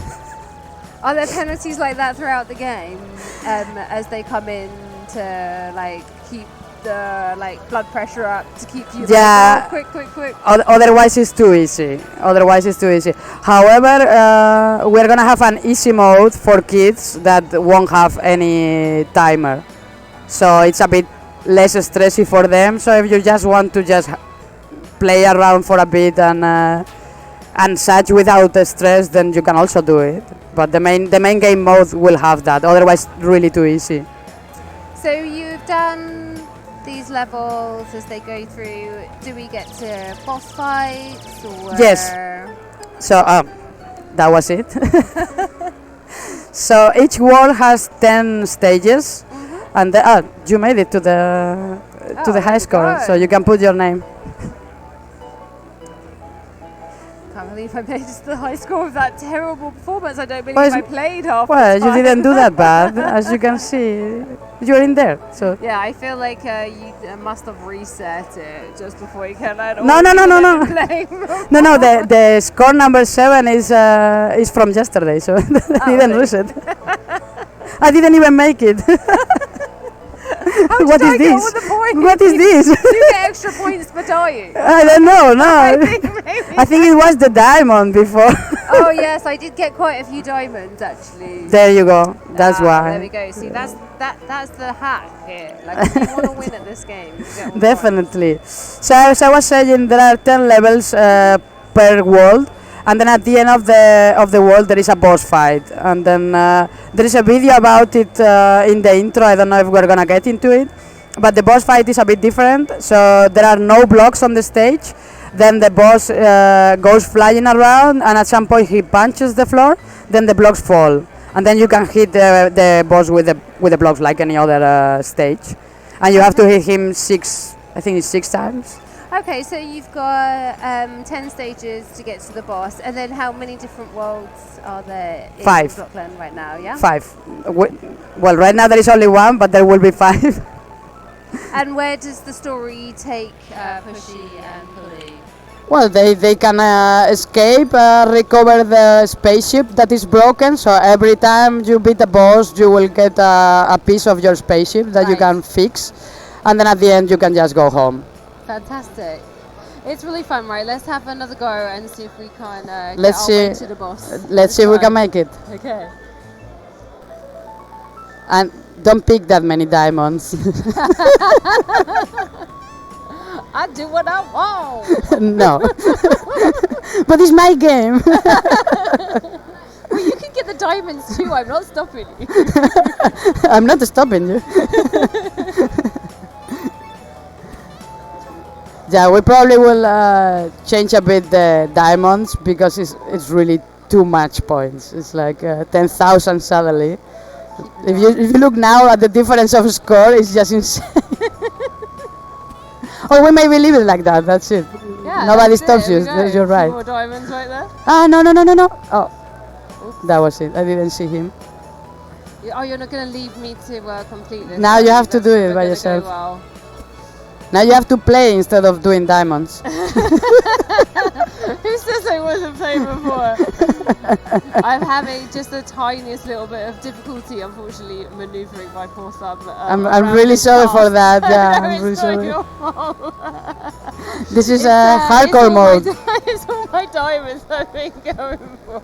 We have to try again. I hope that doesn't mean game over. No, okay, good. So we can keep that a little bit. There we go. Right, that was just another accidental diamond. I'm sorry about that one. I hope you recover soon. Well, in the meantime, you can also do diamonds, and that's it. Actually, when somebody discovers that the diamond gives you so many points, then they suddenly start making diamonds, like fuck it. I don't want to finish we're the not stage. I gonna- just want to We're get just it. gonna keep getting all the Yeah. diamonds to win. Exactly. Exactly. Oh.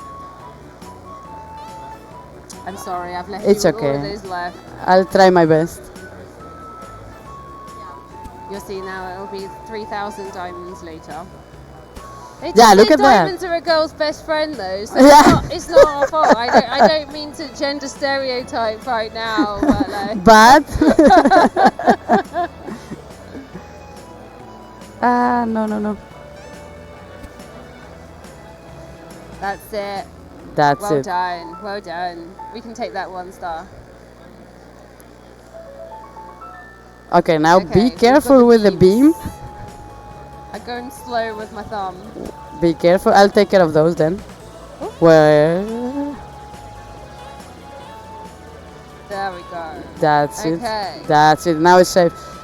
Now, if you make 2 bombs here, sometimes wait a bit for them to go up.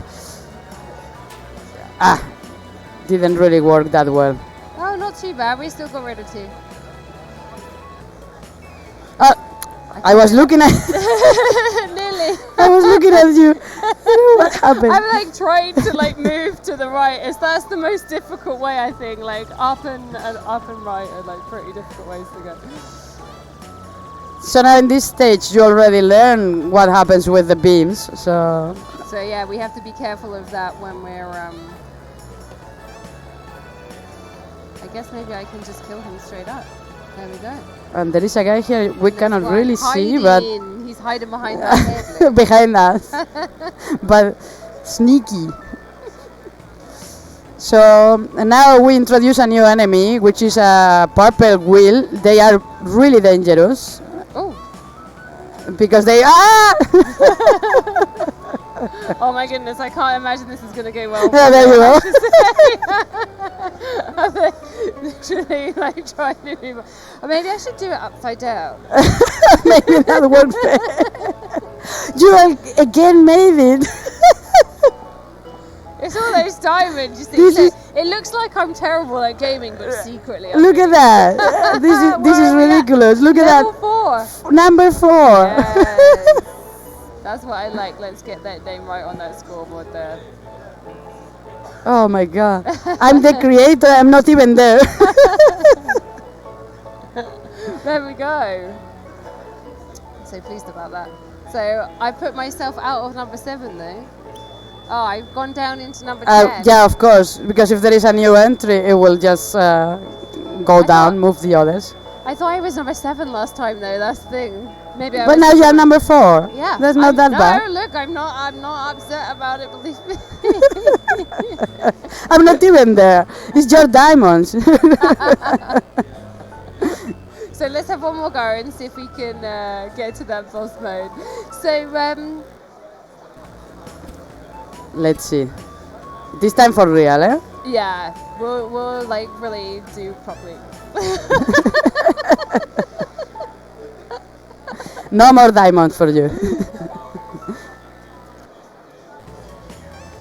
Okay, so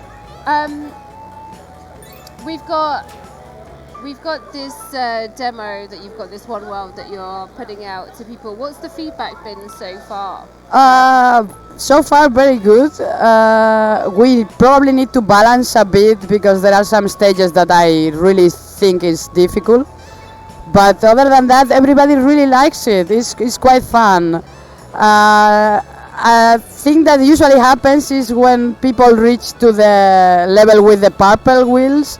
It's hilarious because it takes them by surprise and then everybody's laughing like, oh no, the wheel really launched to me. And so everybody really likes it. It's great. It's just fantastic.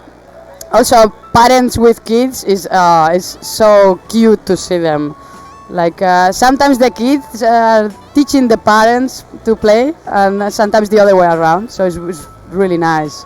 Yeah, it must be nice to see that interactivity between the two there. Yeah, definitely. Sometimes parents really recognize the kind of game because they play the years before to other arcades. So then it's very nice that they are teaching the kids like, oh no, you need to push this, no, go there, and then the little kid really enjoying with the parent. And sometimes the other way around, like they don't play at all, and then suddenly the kid is like, no, look, if you do this, you can do that, and so it's very, very, very cute. I think that's one of the great things about this cooperative mode as well, though, that you've got that like interaction between two friends or like a parent and a child as well. And sometimes a group of friends, so there is one playing and three looking and saying, no, no, no, no, go to the left, no, no, no, go to the right, you know. That's also quite funny. And these games allow that a bit. That's it, you've got other people around you like shouting at you. Yeah, like, watch out, the wheel, the beam. Would you ever think about adding additional characters so that you could have more players maybe? Or we thought about it at the beginning, but we think it's better to have only... Oh, I'm sorry. We both had the same idea then. We thought it's better to have only two because the game was thought for the Nintendo Switch, and the Switch already comes with two controllers. Right. So you can just play on the moment you get the Switch, you can just play two players. And if you add two more players, then you need two additional controllers, and they are expensive. So for now, I don't think we're gonna do that.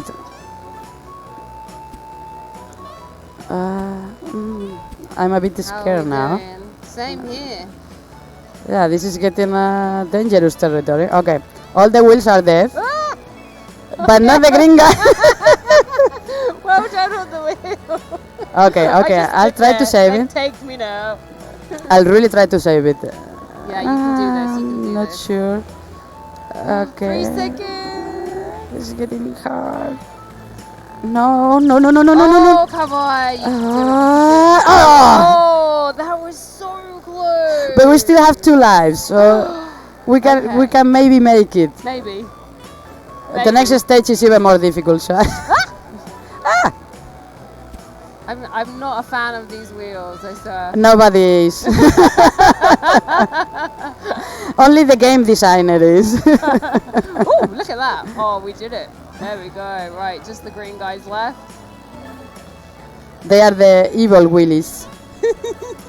There you go. There you go. Yay! Look at that. Team play. Even 2 stars. No diamond. Wait, there's more? Oh yeah. I guess I'm down here, yeah. Not sure. This one. Watch out. Oh no, I tried to hide behind it. Oh, but that was unfair because there is a... We cannot really see that corner. So the strategy is first kill all the wheels and then focus on the rest. Let's see this guy where he's going. He's coming. Bam. There we go. Smoothly There we done. Very smoothly done. We're gonna make it to the boss, I think, eh? Yeah, I hope so. All right, so this is a puzzle stage. There is one way to solve it. Only one. I've seen 2, but you really need to be kind of careful with what you do because you can lock yourself. Right, I see we only have a few movable blocks. So these X blocks are ones that can't be moved. Right? Exactly. So you can use them to hide behind, but you can't actually use them to maneuver around. Exactly. You can actually use it for hiding or for... how was this? Because I cannot see... I think there is one block here. Ah, yeah. Hey, that was good memory. That is very good memory. You need to move a bit up.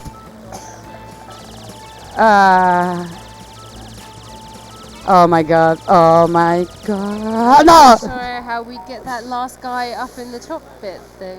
That was almost done. We got one more go. You're dead. No. Oh. I'm all alone. Alright. Oh yeah, of course, because I have 3 lives and then you managed yeah, to you find were that killed last before, one. yeah.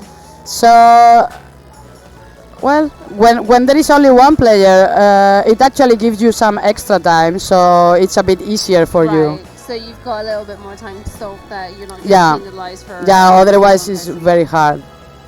At least it's a bit more fair. Ah, there we go. That's so how now this guy. you really have to use the bombs because the bombs do a 3x3. Right. So then it explodes in there, but still kills the guy. You've got that AOE around. Exactly. Fantastic. So we made. Oh, but maybe this is I'm not with you. This is the really last stage before the boss. But I am dead, so you're gonna have to Yeah. go for it by yourself. This is good though, so we can now I'm gonna watch through. really try to get it. It's getting quite populated. We've got these beam shooters, we've got the wheel guys, and we've got the green guys walking around there. Yeah, the problem is there are a lot of yellow blocks which makes bombs and destroy the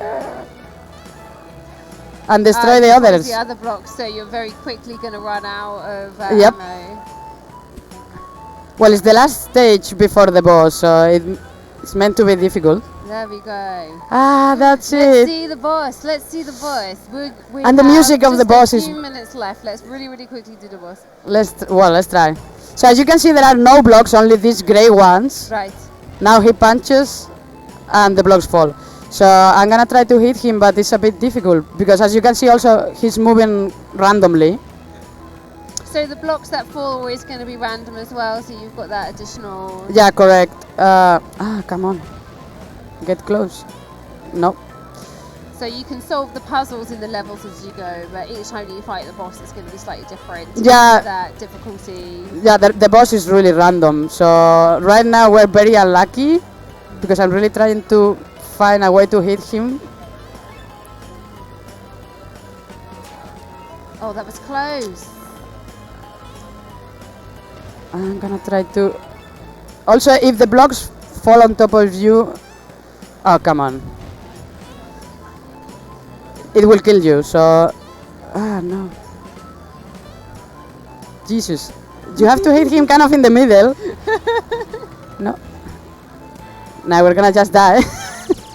That was very close. I hit him once. Yeah, well done. Well, Esther, thank you so much for showing this. It's Thank you very much. Really fun game, and if you want to get involved in the development of this, like if there's some way that you want to track what's going on with Pushy and Pulley in Blockland, is there a website that they can go to follow? Do you have a Yes.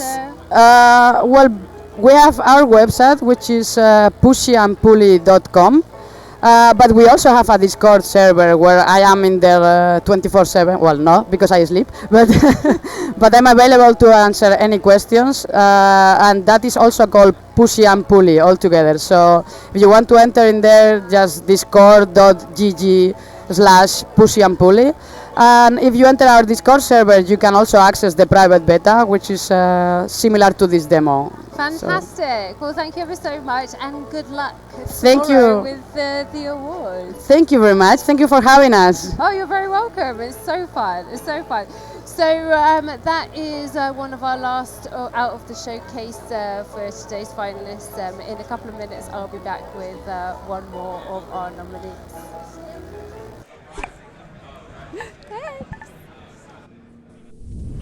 Radio nostalgia from Mars.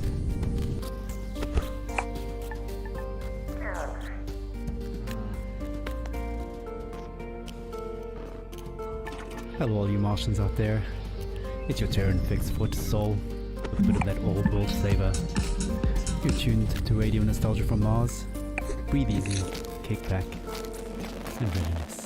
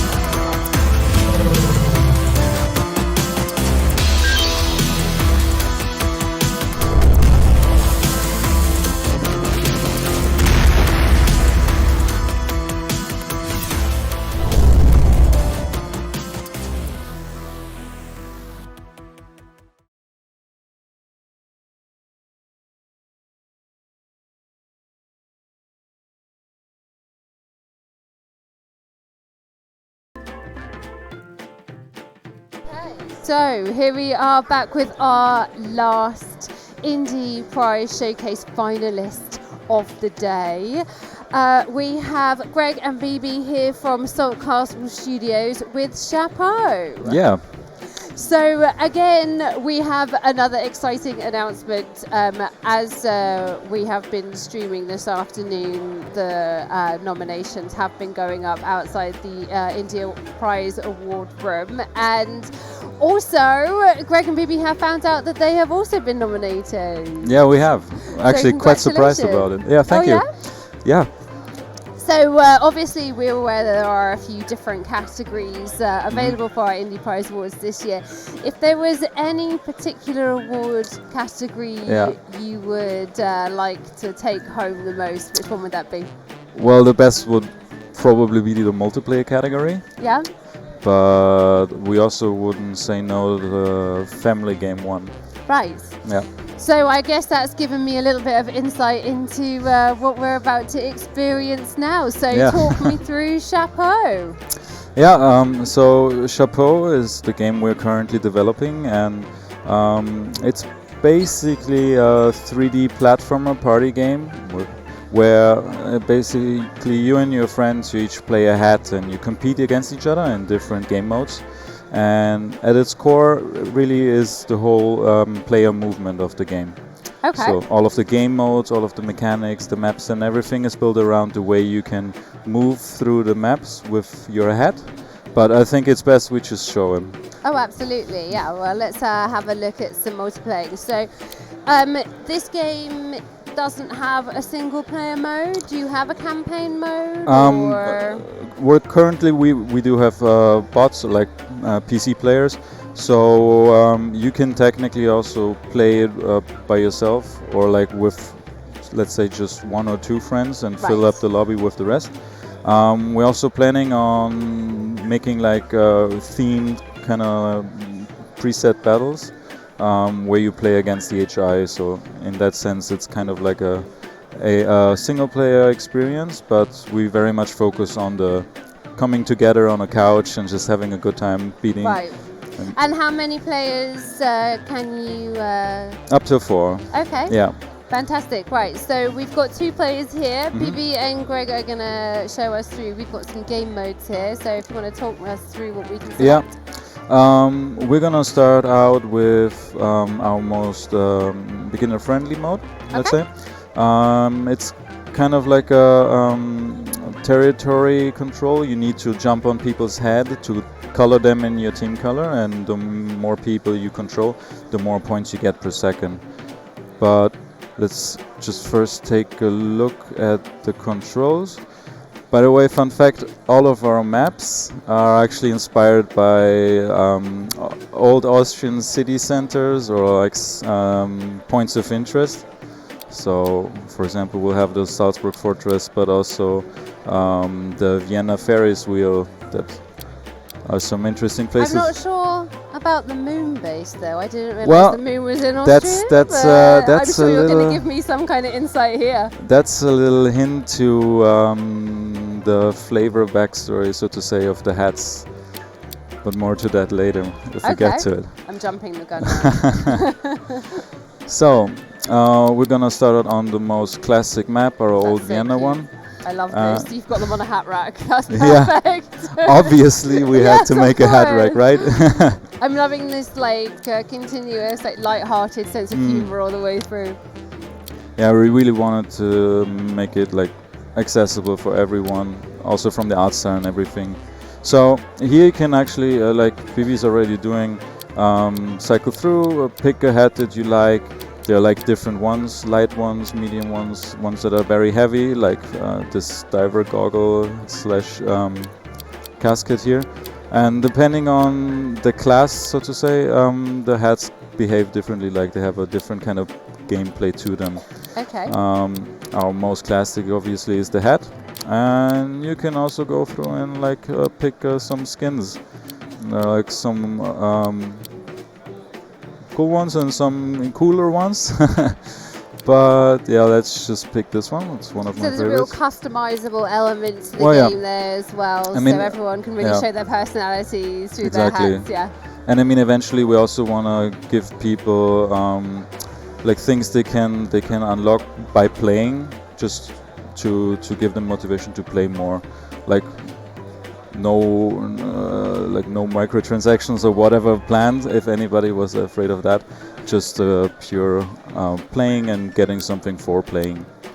So now I'm picking out a little trail. Let's take this one. I see this. So is this your trail behind Exactly, you? Exactly, that's the trail that the head is gonna make behind him. Right, should we pick a nice name? So I'll be Greg.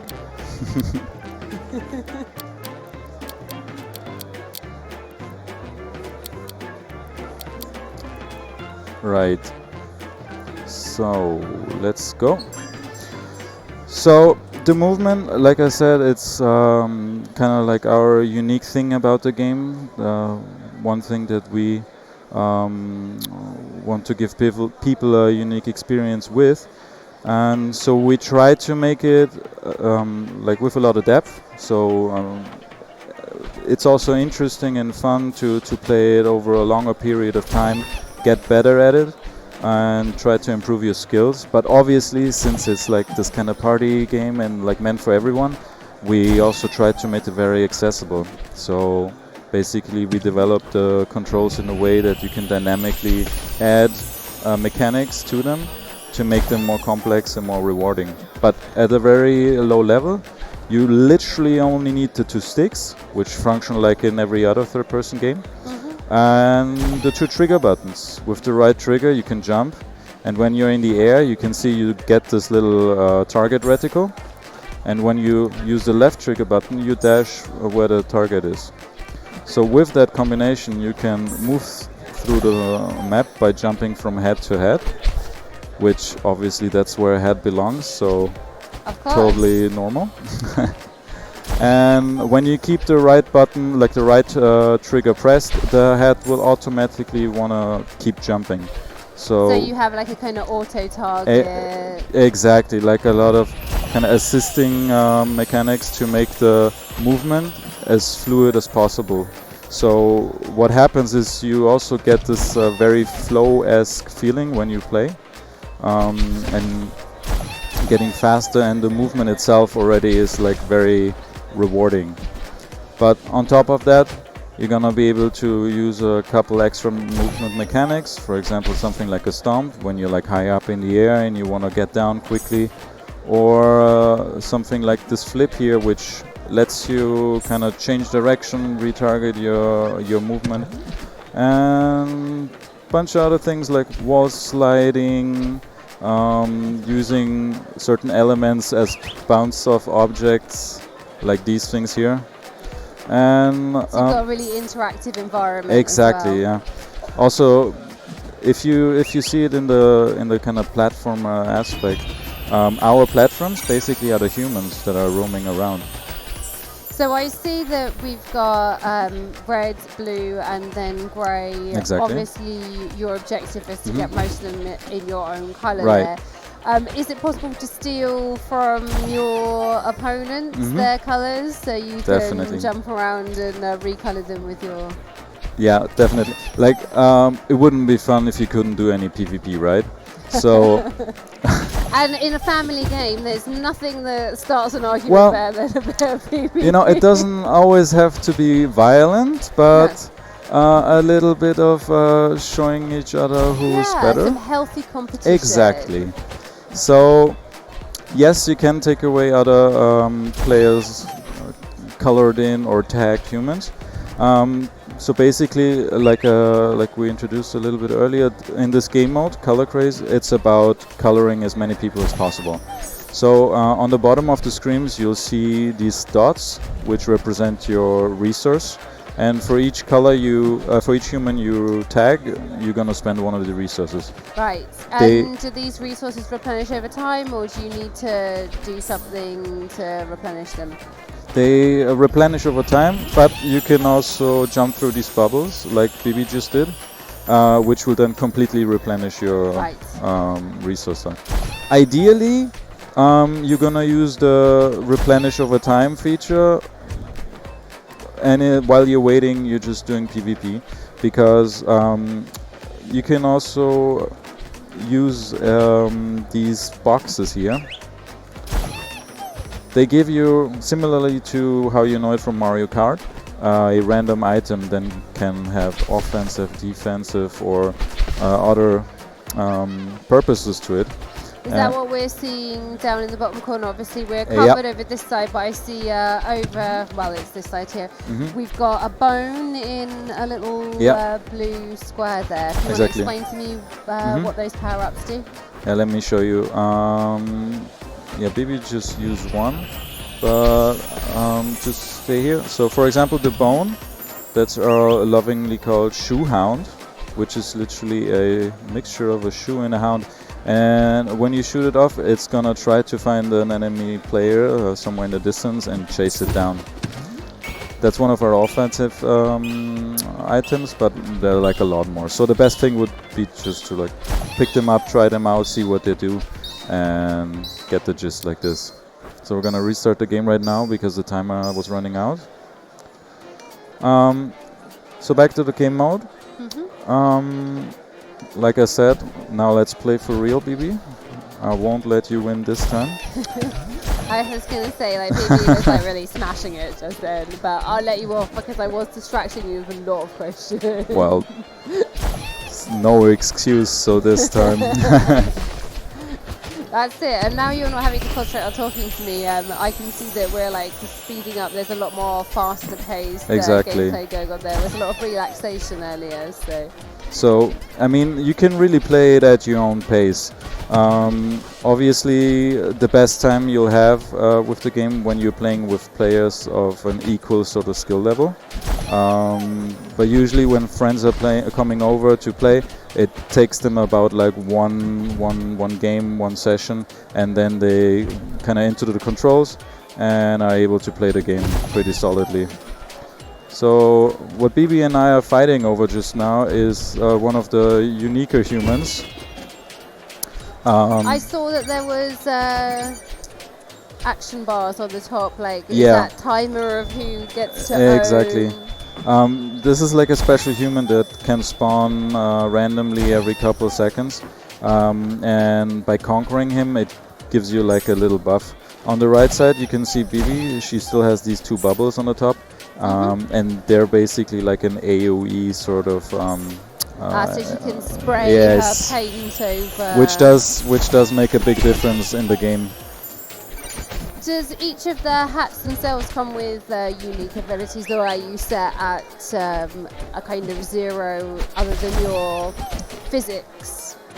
Apart from the different hat classes, we didn't want to give the hat different unique abilities to make it to keep it fair and not prevent some people from playing a hat that they would visually like but can't play them because their perks or their specifications. Exactly. So we wanted to kind of just give it like an overall specialization of the hats, no matter of how they look. How long have you been in development for now? So this started out as our master's degree graduation project. We are currently still wrapping up our studies in the University of Applied Science in Salzburg, Austria. But we were from the very beginning kind of saying, hey, why not try to make something out of it, which is a little bit more than just a portfolio piece, so to say. So we've been developing on this now for a little over a year, 1.5 years, although we were only able to work full-time on it since around February. And we're like 6 people plus a couple helping hands, extra people who, for example, help us with the sound or also with like some graphical design aspects of the game. So all of the 6 people in your studio in Salt Castle, are they all doing the same thesis together? You all at the same level in your studies? Exactly. Yeah, we were all at our master's degrees. We also all studied the bachelor's together. Hence, we kind of knew each other beforehand So you and have knew that that it would work out. camaraderie, Yes, right? You understood each other's skill yeah, levels. exactly. Which is very important. That's like such a big reason of why so many young game development studios don't make it. I feel like because it's just a team dynamic. Sometimes you can't predict it how you work together with someone, and it's really important that you know the people and then you know that you can work well with them, and also spend a couple of extra hours, let's say, in the office, without getting at each other. How have you found the work-life balance then with your studies? I mean, obviously this is contributing, but because you're trying to take it a little bit further, have you encountered any difficulties with that at all? Well, obviously we were working a lot more on this project than other students who might have worked on their master project. But I mean, obviously we love developing it, and we don't mind spending a couple of extra hours now if it means that it gives us a better chance down the line. But one thing we also realized is because we are kind of putting so much effort in it, it also reflects on the people around us. So we're getting great support from like our university and also like local studios and game industry relevant people around our hometown and home country. Fantastic. Yeah. So if there's students out there who are thinking about maybe expanding a little bit more on their projects and taking it perhaps to the next level like you guys have done, is there a bit of advice perhaps you have for them? Yeah, well, one thing I would advise anyone who's trying to get into is not to make the first project too big. Like this game, now we developed 1.5 years on it, but that was only really possible because we were doing in a university sort of frame. It would be way too big of a risk to start out with a game that takes that much time. So I would advise to just start making small games that take a month, 2-3 months or so to develop, and release them so you get the whole process and can improve on the whole process the next time you bring out the next game, rather than putting everything on one card, so to say. Fantastic. So talking about that process, then whereabouts are you in that development stage? So we are almost finished with all of the core mechanics that we wanted to implement into the game. We're gonna now look into bringing out a alpha version for the game in the summer. The alpha is gonna be happening probably around July.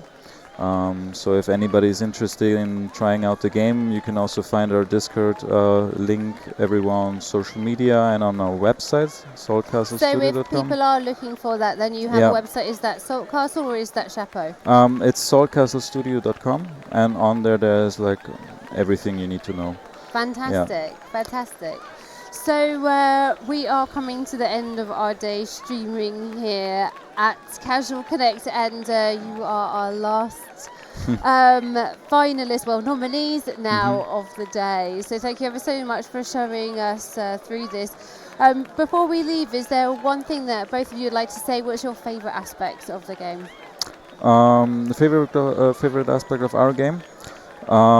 Well, probably that we weren't so much restricted with trying something weird, trying something new, especially concerning the controls.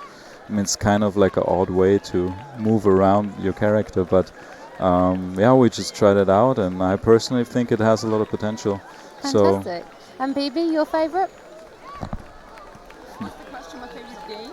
No, your favourite aspect here. Oh, sorry, I didn't really catch that. Yeah, honestly, as an artist, of course, just signing the hats, because my heart is in that, and it's just, I like doing crazy stuff, doing creative stuff, obviously, and it was a great team, so that's my favorite part. There's a lot of customability there in those hat designs, so it really allows people to show their personality, and I can imagine, you can if you've got friends and family members, you can definitely go, oh, they'll choose this hat and everything like that. So it really, like, you know, sort of brings the family onto the screen there as well. Well, thank you so much for showcasing. Well, so that thank was you for having Chapo. us. Oh, you're very, very welcome. So that's Greg and BB there from Salt Castle Studios.